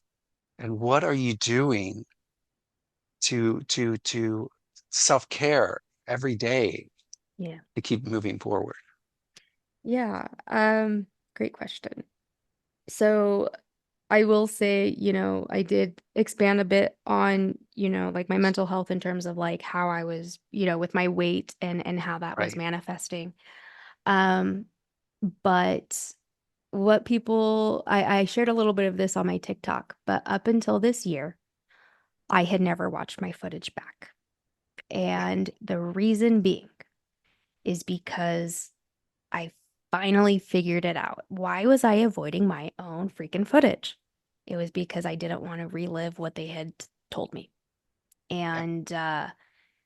And there were a lot of traumatic interviews in there that I will be discussing in the film directly. Um, One thing I will share, the very last principal interview that I did 10 days after Lauren's murder, I interviewed Kathy Kleiner Rubin, and she survived Ted Bundy's Mhm. attack on the Florida State University campus at the Chi Omega House. And up until that point, I had not interviewed any like well-known survivor. And so now I am sitting down with somebody that I read very extensively about in Anne Rule's book. And so it was like I am actually meeting a character, if you will, and I'm doing quotations here.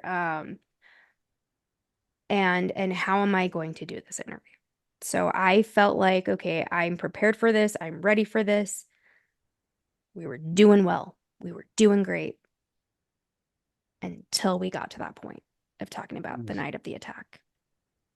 And I had to remove myself from set. I had a little bit of a breakdown.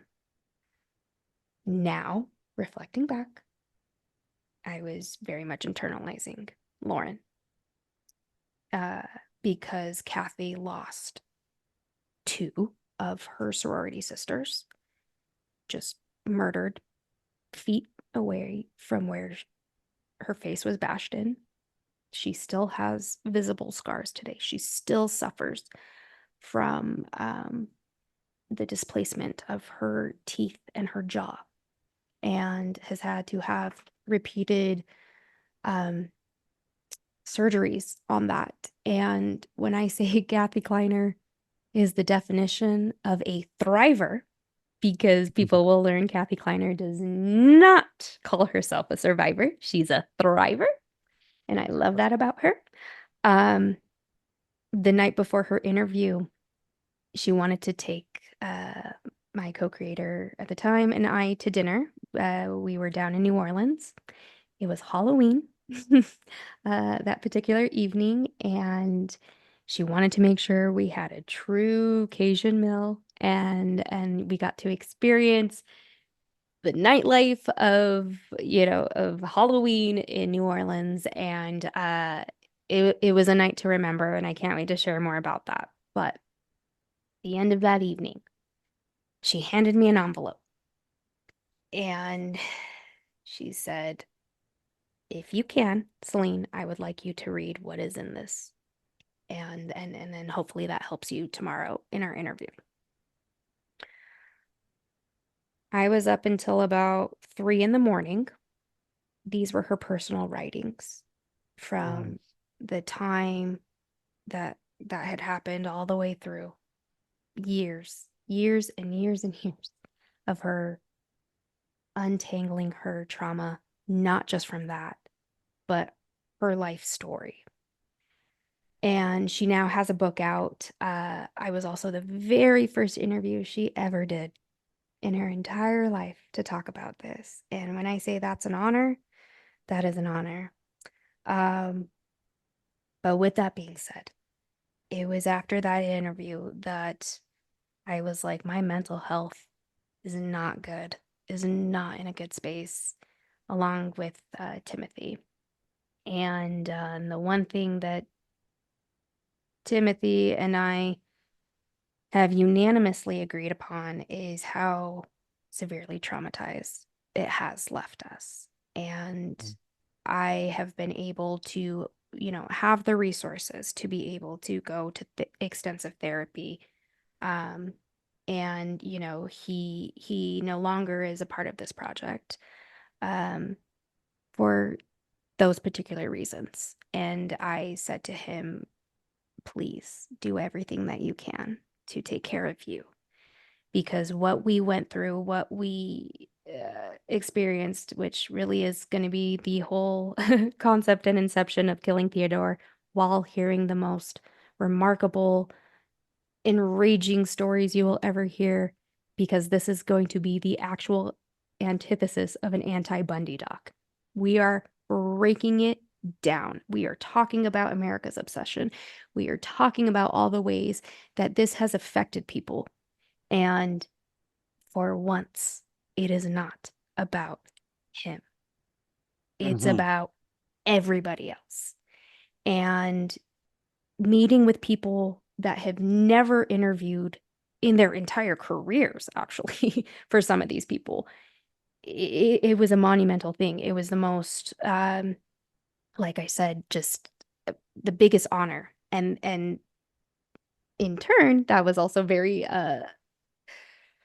upsetting when it comes to certain people that have been platformed and really have been the face of the Bundy story as well. And so I will be demystifying some of these individuals and Right. sharing like actually who these people were to me, because I Mm, also the first female to approach it in this direction and telling this story. And when I say that I was disrespected, that's an understatement.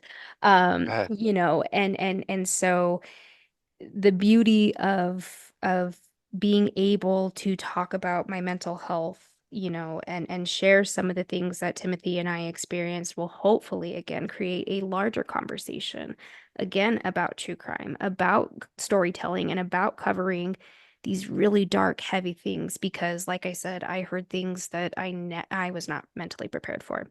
We were two young, dumb kids, in our 30s, grabbed a camera and we're like, okay, let's just make this doc because Sundance said we should do it. And really like the story of how all of it came together, how all of these people came into our lives. People are going to learn that because it is so unique. Because I had people reaching out to me say, I've never spoken before, but I'm ready and Right. I'll talk to you. Uh, I have started sharing that we got to go through Bundy's personal belongings for a year with these items.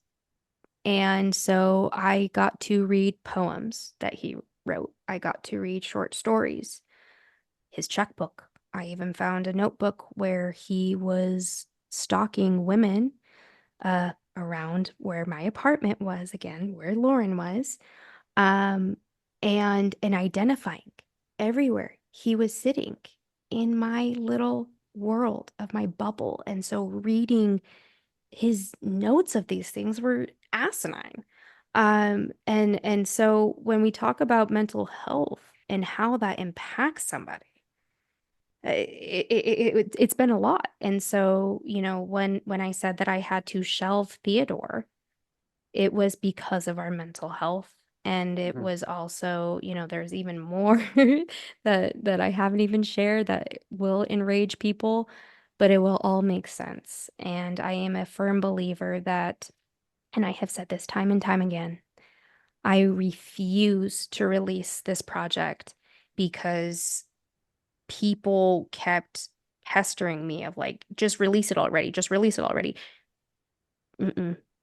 I'm not until it is actually ready. And I am getting to that point. I just secured a fiscal sponsorship with Creative Visions, which is a nonprofit based out in Malibu who support storytellers that are looking to, advocate and be, storytellers in an activism type of space. And so, I will be, sharing more of that later this week with the world. And, uh, you know, just Kathy Eldon, who is the owner of Creative Visions. I got to meet with her and we talked very extensively, about this project and everything that I am doing in this space. And it finally feels like, okay, I'm getting to a place where I understand that I can finally tell this story, but raise awareness about the dangers of storytelling in a very trauma-filled, space of that and how that does take on with your mental health and how, you can work through that and combat that. So I sincerely think, um, you know, me in my freelancing career, all of that has set me up for success and be able to do my job so well, and work with, so many big stories and names like Playboy and, the Walsh family, all of it. Like all of that really stems from Killing Theodore. And I just want to say Killing Theodore is literally the inception of killing my first project because that's ultimately what I had to do because it was everyone else's vision except my own. And finally today I'm like, this is my baby, this is my project. I'm gonna do it on my terms. And that is sharing the full raw story of Theodore. This is so impactful and so timely. Yeah. And and I'm so glad that you, again, here it comes the power that you had at saying, no, Yeah. I'm not, Yeah. I'm not releasing this until it's right, Yeah. until the right moment, the right time. And I think you know when that is. And Yeah. it's just so amazing because the story is so, I don't know, we've almost made Ted Bundy into this icon Yes. because the fact that he's was so good looking, he Yes. was a white male. No one would believe that he would be doing this. And that's why he got away with it for so long.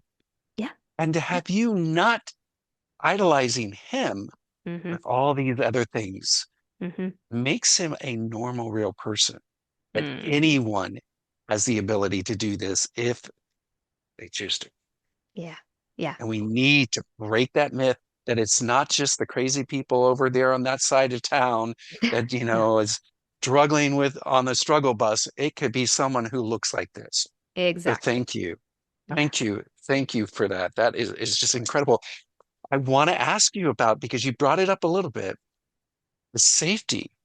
what do you do for yourself? Because there are people out there who are going to see this and Hmm. are going to come back and say, you are a liar, you are this, and you are this. And Hmm. how do you protect yourself? Yeah. Ugh. Yeah, I'm no stranger to internet trolls sharing how they feel about me or my work or my experiences. The one thing that I will say from my therapist, Eric, who was just one of the most amazing humans I've ever met in my life. He said to me, Celene, your name is now out there with connected to the most prolific serial killer. Your name is also connected to two abusers in the entertainment industry who are very notable in your true crime community. How are you going to handle that every time it comes up? Because I was really struggling with it when I came out in Rolling Stone in 2022 and 2023. Really faced it head on last year. Um, and what I have had to do is essentially repeat to myself, I know my truth. The people that are in my world that support me know my truth. They believe me. There's always going to be the naysayers. There's always going to be people, calling me out. There are already people on Bundy, platforms that like, on Reddit and Tumblr that were ready, attacking my Mhm. work without ever seeing it. And so it's just as you said, I am finally learning my power and I'm finally learning my truth and my voice. And whether that changes people's perceptions about me, about Bundy, about any of these situations or people or cases that I have touched on, it all comes back to my truth. And that's all that I have at the end of the day. And I know my relationships with the people that I have connected with in this space as well. Um, one of the people, actually, the next episode after this one will be Rita Isbell, who is very well known for her victim impact statement against Jeffrey Dahmer, who took her brother away from her and her family. And and this is another person that I finally get to humanize for people and to understand and listen to who they are because people will hear in her interview how she has been vilified from that impact statement back in the 90s to today, to right now. And what she taught me equally. She said, Celene, you know your truth. You know it. And that's what's going to keep you going. You keep going. You do not let these people bring you down, stop you. No. You have already overcome so much. I have overcome so much, and we're going to keep going. And that's what I've got to live by. Incredible. Again, power Yeah. all the way at the top. And the fact that you have hope. You were Yeah. giving these people hope, even in your storytelling, when you're talking about survivors and some of the people who have not made it, Yeah. you still have hope for their life. Yeah. That's a gift. Thank you. That's just incredible. And I want to make sure that we touch on this because I know this is such a pivotal part of your life. Your experience working with In Pursuit with John Walsh and getting to meet with him and his family and how that has affected you in a positive way. Can you share a little bit about that? As best as I can without getting emotional. Yeah. People will hear from the woman who got me on that show, Rachel Gibberman, a little later. But when I got that phone call to join In Pursuit, it was like I said, I was a little kid who would turn on Rugrats and then have, America's Most Wanted or Unsolved Mysteries on the back channel. So when my dad would walk by, I would flip it back to the cartoons. As soon as they were away, I was back to watching true crime. Um, the Walsh family. This is another family that just like the McCluskeys, they are so near and dear to my heart. what John has gone through as a father. Once again, losing Adam at such a young age, and I was not around during that time. And so I have only been able to learn from his family along with what's been out in the media about Adam. And getting that phone call to do this mission, because I firmly believe any work with the Walsh family is a mission to justice. So then learning that I was going to be going out in the field with Callahan was unmatched. Mhm. Um, because we're chasing fugitives. This is a job that I did not envision for myself once again. And I knew that the importance of what I would be doing was held to a standard that, doesn't come around very often for people like myself in this industry. And so getting that call was like, oh my gosh, I have to do this. And I was still fairly newlywed in my marriage, and knowing that I had to go and travel every couple of weeks was hard, but I also knew that I had to do it. There was no question. And as I shared, in Benjamin's personal tale, my cinematographer on that series, it, like I said, it was a masterclass in ethics and true crime. This field team had already been traveling together as a team and a crew for 3 seasons prior. So I was the new kid along with a couple others, and it was like immediate.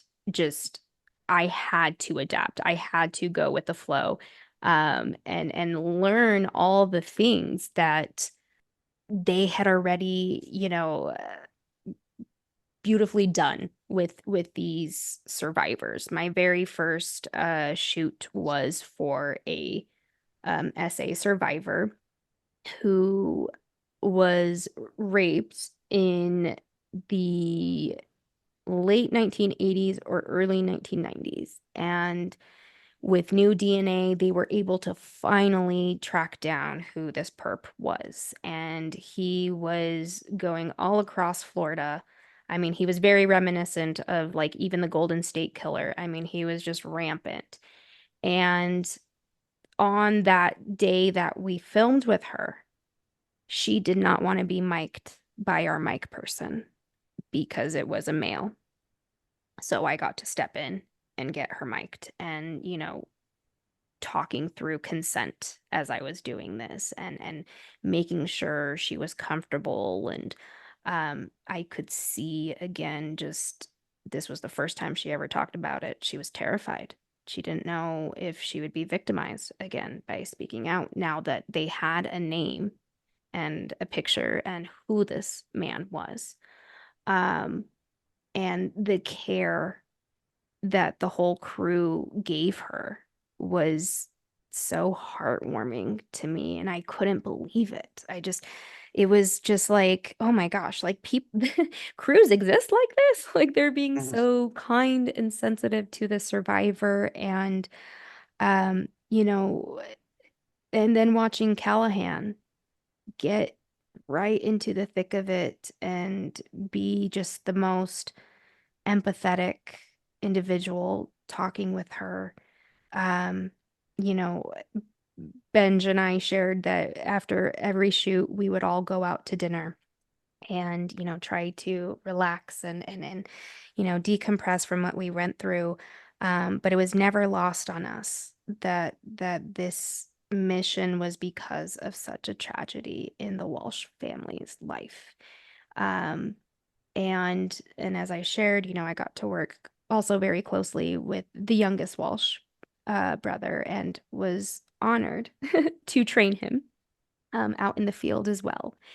And having, those close conversations, and also hearing, he didn't get to ever meet Adam, and so he only has to go off of, what his family has shared. And and how he internalizes that too. And so getting to really, know Callahan and along with Hayden and John would usually do his separate filming for the show, but there was one episode that I actually had COVID and I couldn't be there Mm. in person.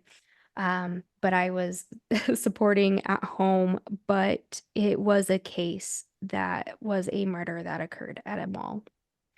And for those who aren't familiar with Adam's story, Adam was kidnapped from a mall in somewhat of the same vicinity. And in that footage, seeing how emotional John was, it really opened my eyes to again how brave he is, along with his sons, to be able to do this again and again and again, but putting himself in a position that is so close to the trauma that he experienced losing Adam. I I can't stress it enough. Like I said, I'm watching these parents like Jill McCluskey and John Walsh and watching them persevere and still making sure that these tragedies don't happen again or that these families get justice. I've never seen anything like it. And like I said, that will forever be one of the most amazing positions that I ever got to be a part of. And I'm so excited for more people to come on this podcast and share more about their time and experiences with the Walsh family, which will include the original America's Most Wanted uh, team, and so it's like I said, it is an honor that I got to be a part of their legacy and still continue that mission to get justice for all victims and survivors alike. Encapsulating all that, all I keep hearing as you were speaking was love and hope. That is what your mission is Yeah. in all of this is love and hope. And so I'm thinking about what advice do you want to give survivors Mm. of true crimes? Your story is your story, and if you never decide to share that, that's okay. At the end of the day, whatever your truth is and whatever that needs to set you free, that is on your timeline. And whether you choose to do that in the public eye or not, that is your decision. Also, to say that I know we are living in unprecedented times. We are experiencing something that in our country, in our culture, that really feels like the world is stacked against us. Remember that there is love and there is hope out there, that there are safe spaces, that there are people fighting on their behalf, even though it feels like they're not. Um, I I have taken so many of these experiences so close to heart and have turned that into my healing journey, but equally, however, that can be a space for you. Just know I'm always a safe person to come to. And, whether that be you want to share your story, just to share your story with somebody and get that off your chest, I'm here. I'm all about amplifying stories that need to be told. I'm already experiencing survivors reaching out that I do not know and saying, would I be able to come on and talk and share about my experiences? And there is no greater honor than that. And I, as I shared in, your episode, you stayed in my orbit, John Michael, Mm. for, those couple of years. And I remember, saying to you, I'm like, once I get a project that I can get you on, I will let you know. I will let you know. And it was just like, damn it. When is that moment? When can we collaborate? And I was so excited because you were one of the first people that I reached out to do this. And needless to say that we didn't even get to really expand on Cheryl Hunter, and because I was her head producer on her podcast, Trafficked, where we interviewed human trafficking survivors, which was also a whole other experience that, once again, I am so honored and, thrilled that she brought me on to that journey, and people will also hear from her on this podcast. Um, but meeting people like you, John Michael, like you left me in awe when we finally really got to have that first conversation, and having you break your silence about your truth and about in Hollywood. I didn't realize the extent of, your career and, being in SAG and seeing that picture of you and Sarah Jessica Parker. I mean, it was just like, oh my goodness, and so being able to again, be that safe space for you to share your story, for us to be able to connect, and having you do this in turn. I wasn't expecting that, and I wasn't expecting this conversation today. And so, needless to say, it just goes to show that being able to still communicate as survivor to survivor, there's always going to be this level of understanding that, you know, some people may not fully understand and comprehend. And that's what I want to say to survivors out there. If you need to make that connection and you want to connect with a survivor, do what you can to reach out. We don't necessarily always have all the answers, but there is this beauty in unity and understanding that, once again, we are not alone. I'm not alone. You're not alone.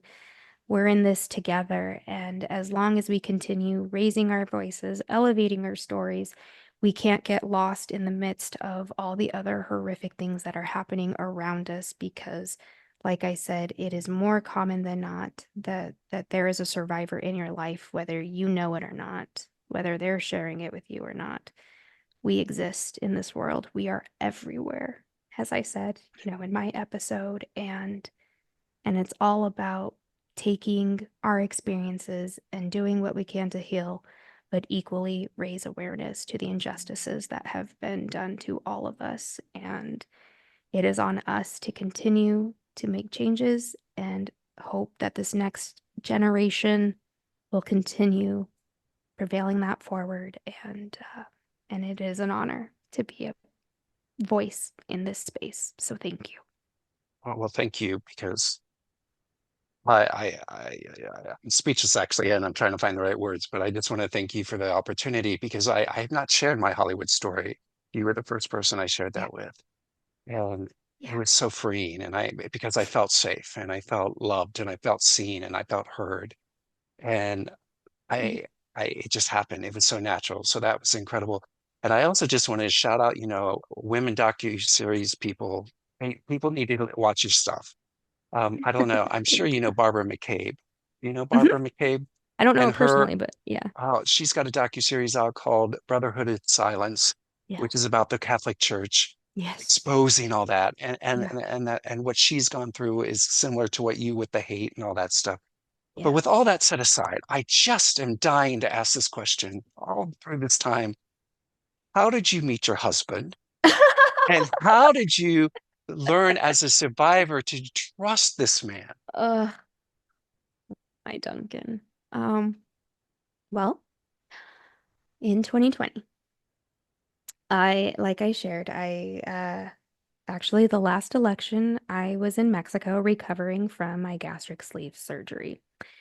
And about 4 weeks later, I thought to myself, okay, I have been alone in lockdown for so long. I haven't connected nor wanted to date in over 3 years. How about I just talk to somebody? I'll just slowly start that way. So I downloaded Hinge, the app that is meant to be deleted. And here comes Mr. Duncan. As soon as he asked me, so what do you do for work? Oh man, I was like, ah, here we go. This is where I lose him. Whoa. I was like, okay. Talk about my favorite color or something else first. Right. So I said, well, I work in true crime. I am a filmmaker and a storyteller and a podcast host. Yeah. And the next message I get is, may I have your number? I've got a lot of questions for you. And I said, okay. And we texted for a solid 3 weeks. That Christmas, because it was the pandemic, I didn't have anywhere to go, so I actually ended up going with my best friend and her family, and her sister-in-law said to me, "So, have you thought about dating, again?" And I said, "Well, I know this is gonna sound really weird, but I just started texting with this guy off of this app, and I don't know. I was like, something just feels different. I I I don't know, but we'll see what happens." And we meet January 8th, 2021. And the minute I looked into his eyes, I knew that was him. Finally found me. Um, that first night I trauma dumped. I will admit that. Because he did ask, like, why Right, why right. did you get into true crime? So I finally felt safe enough to share that with him, and that was it. We have never gone a day without, speaking. We moved very quickly, I will say. We did end up moving in together about 3 months later. I proposed to him 2 months later. I will say, yes, I proposed to my husband, so I flipped the script. I had just gotten out of surgery, actually getting my gallbladder removed, and we were just laying in bed while I was resting, and I looked at him and said, "So, do you want to get married?" No hesitation. He said, "Yeah." And I said, "Okay, let's do that." So we got married on August 4th, 2021, which would be the same evening of the our favorite artist's concert. We got married in Estes Park, Colorado. And we saw Dermot Kennedy, and we got to hear our wedding song live that night. And we basically it was supposed to be kind of an elopement, but not necessarily, but it was like a mini one. So it was just our loved ones. My second mom from Dance Tech, Nicole Fielding, married us in the mountains. The only friend there was my best friend Callie, who I lost last year. Mm. And as I shared, was my safest space through all of my trauma. Um, and I knew actually that I was probably going to lose her very early on. And I said to Duncan, I really would like to get married in Estes because that is a place that was so special to Callie and I. But equally, I also wanted to have a place where that could unite my love for her, but also my love for him. And knowing that we were going to hear our wedding song live that night, just, not even an hour away from there, it was the most blissful thing. And Duncan is the greatest gift in this world. I have never met a more understanding human in my entire life who does not judge me for my trauma, who has stood by me during some of these hardest moments that I have had to go through in the last couple of years, and blessed me with our rainbow angel baby. Um, and he is everything. So, needless to say, Hinge was deleted, and it did exactly what Oh, I love it. their I mission love it. is. And I'm forever grateful to those app developers for bringing me the brightest sunshine in my life. So, I love it. All right, fasten your seatbelt. We're going to do some quick stuff here, real quick. But first of woo! all, we're going to get to know you even more. Yes. I don't know if everyone knows that you were an actress as well. Yeah, Attempted. and I did some research, And Oh, the Hallmark. I found, well, we'll get there. We'll get there. Um, you were in Mosaic, Yes. which was a TV Steven series, right? Soderbergh. Yeah. And you were also in Small Town Crime. Yep.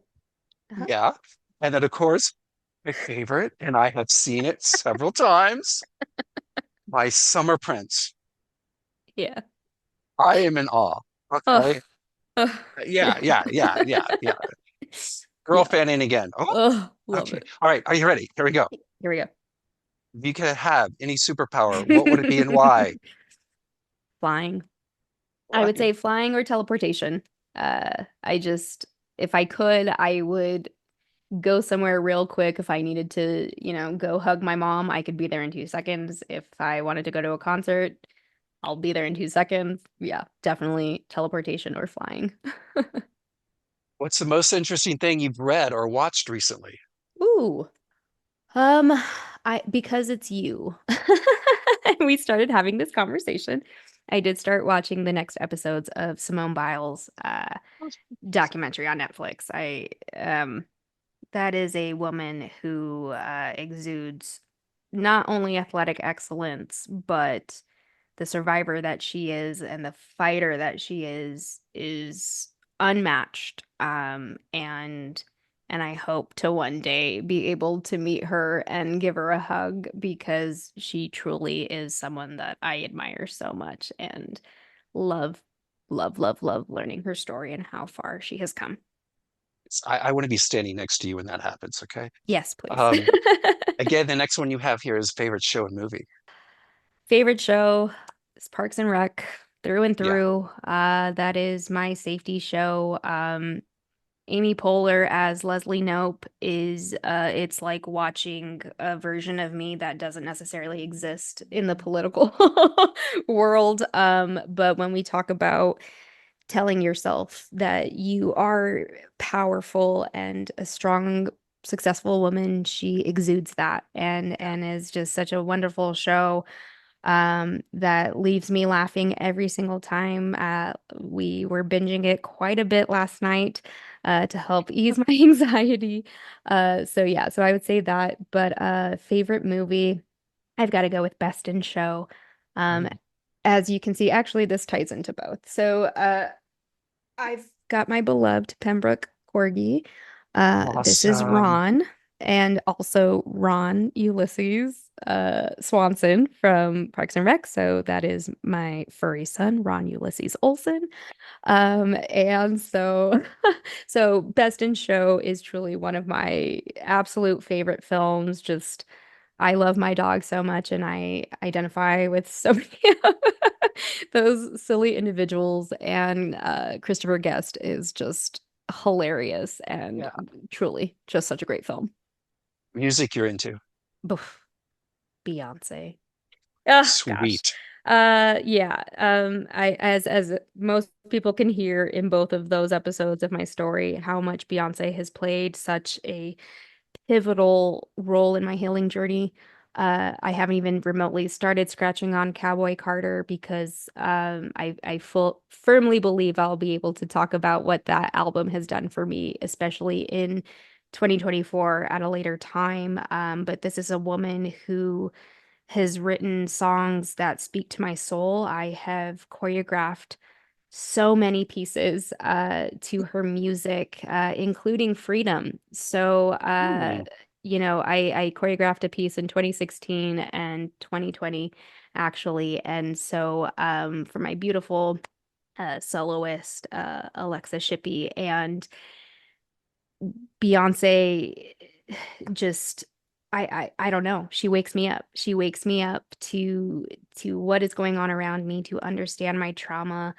But truly, like Cowboy Carter and Renaissance, I am a firm believer has gotten me through the last couple of years, and there is no other artist like her out there. And my gosh, I pray to God one day I can tell her that to her face. You will. You will. I have no doubt. You will. If you were if you were an animal, which one would you be and why? Boof, probably Ron. Yeah, yeah. I was going to say we already had that one. Is he down here? But no, I would. 1000% be him. He is he's also the light of my life. That was another thing that unified Dunk and I. We both said to each other, all right, what's your dream dog? And both corgi. And Yeah. so when I started dealing with our infertility issues, I thought one of the ways to help me get through that was to start becoming a mother to our pup and our son, who I really call my son.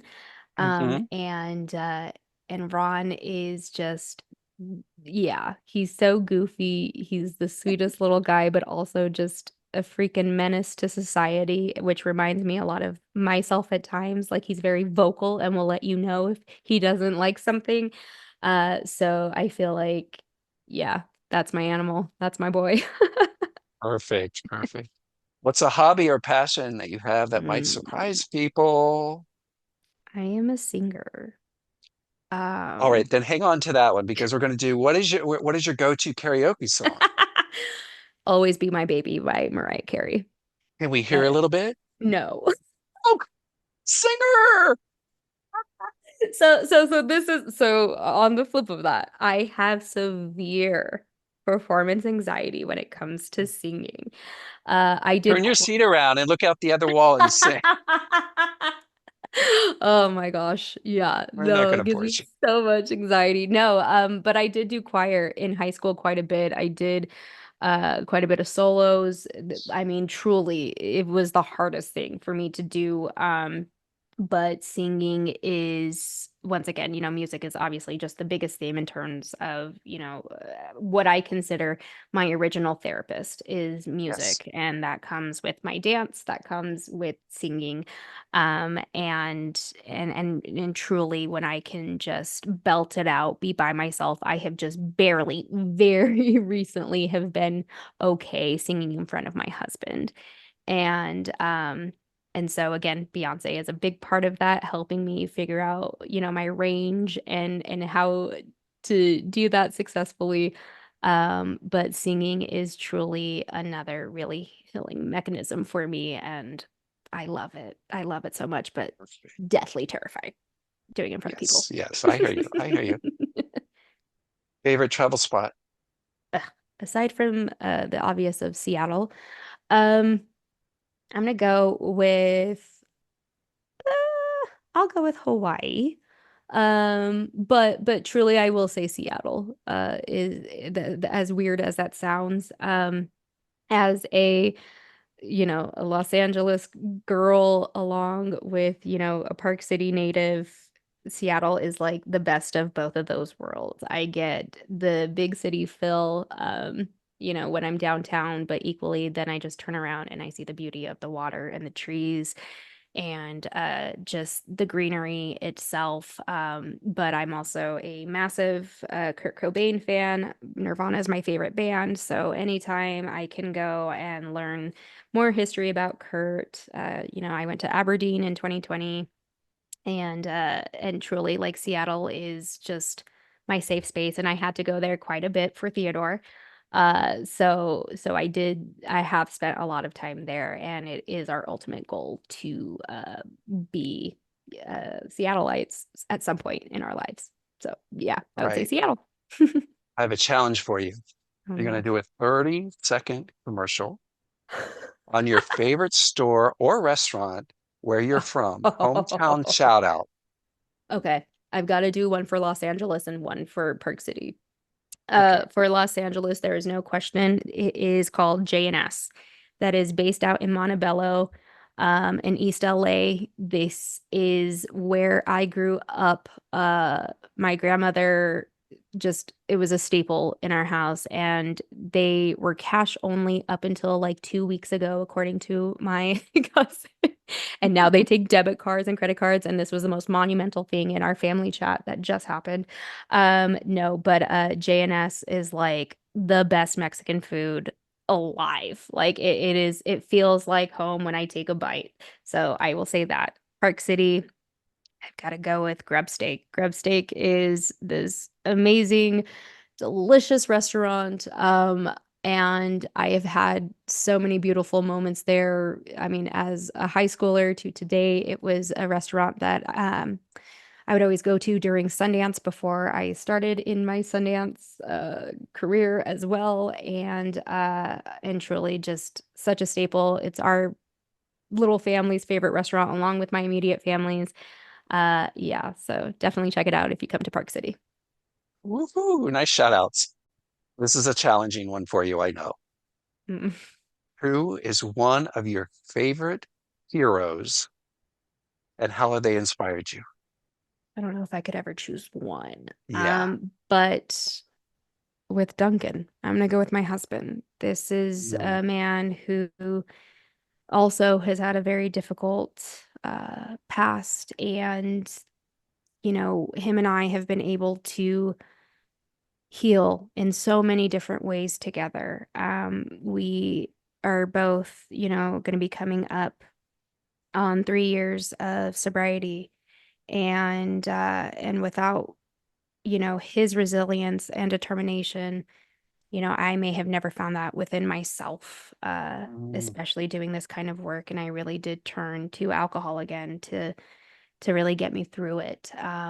But Duncan is just such a warrior, and he's accomplished so many things in this past year, including just the most incredible father I could have ever asked for. Our daughter, Lourdes, just loves him so freaking much, and he is our rock. He is our everything. And I truly firmly believe I wouldn't be here if it weren't for his love and determination in this life, and truly is the greatest blessing in my life.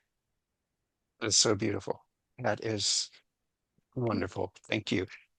All right. John Your Michael, this was a sign long off. one. Oh, yes. This is your last question from me. Yeah. You have a sign off that says, please remember the victims and embrace the survivors. Where did this come from? Came from the chosen ones. I created that sign off because I want people to remember the victims that, we hear about so often, but also remembering that survivors need that love and support too. And so by signing that off, it's just a reminder to people that, let's hold space for both victims and survivors, and making sure that they are still seen and heard. And I knew when I started this podcast, I'm going to keep that going, and I'm going to keep saying it, because as everyone hears these different stories of different people's and life experiences and the trauma that they have gone through, or the people that they have lost in, their loved ones, it maintains that. And so it is truly just probably my favorite part of doing that podcast, and getting to say it every single time at the end of an episode. I think that's incredible. I just want to add one little thing with that. Also to the allies who lived Oh, through it. yes, We absolutely, need to to the thank them allies. because Yes, the yes. Duncans, the Nathans, the Yeah, people who are in our lives, who yeah, go through the ups and downs with us, 100%. and we wouldn't be here without these people. So, Exactly. Ugh, well, Celene this is Beth probably the longest Olsen, interview. I know. I just want to thank you. This was an Thank you. incredible, incredible opportunity. And to be able to be a part of it with you is such an honor. Thank Thank you, you. John I feel Michael. like we just scratched the surface. There's so much more that we can Yeah, uncover and unpack. yeah, But absolutely. I can't thank you're you enough. amazing. You're Likewise. powerful. Thank You're, you. you're incredible, and you're changing lives. So thank you for what you do. Thank you. Thank you so much.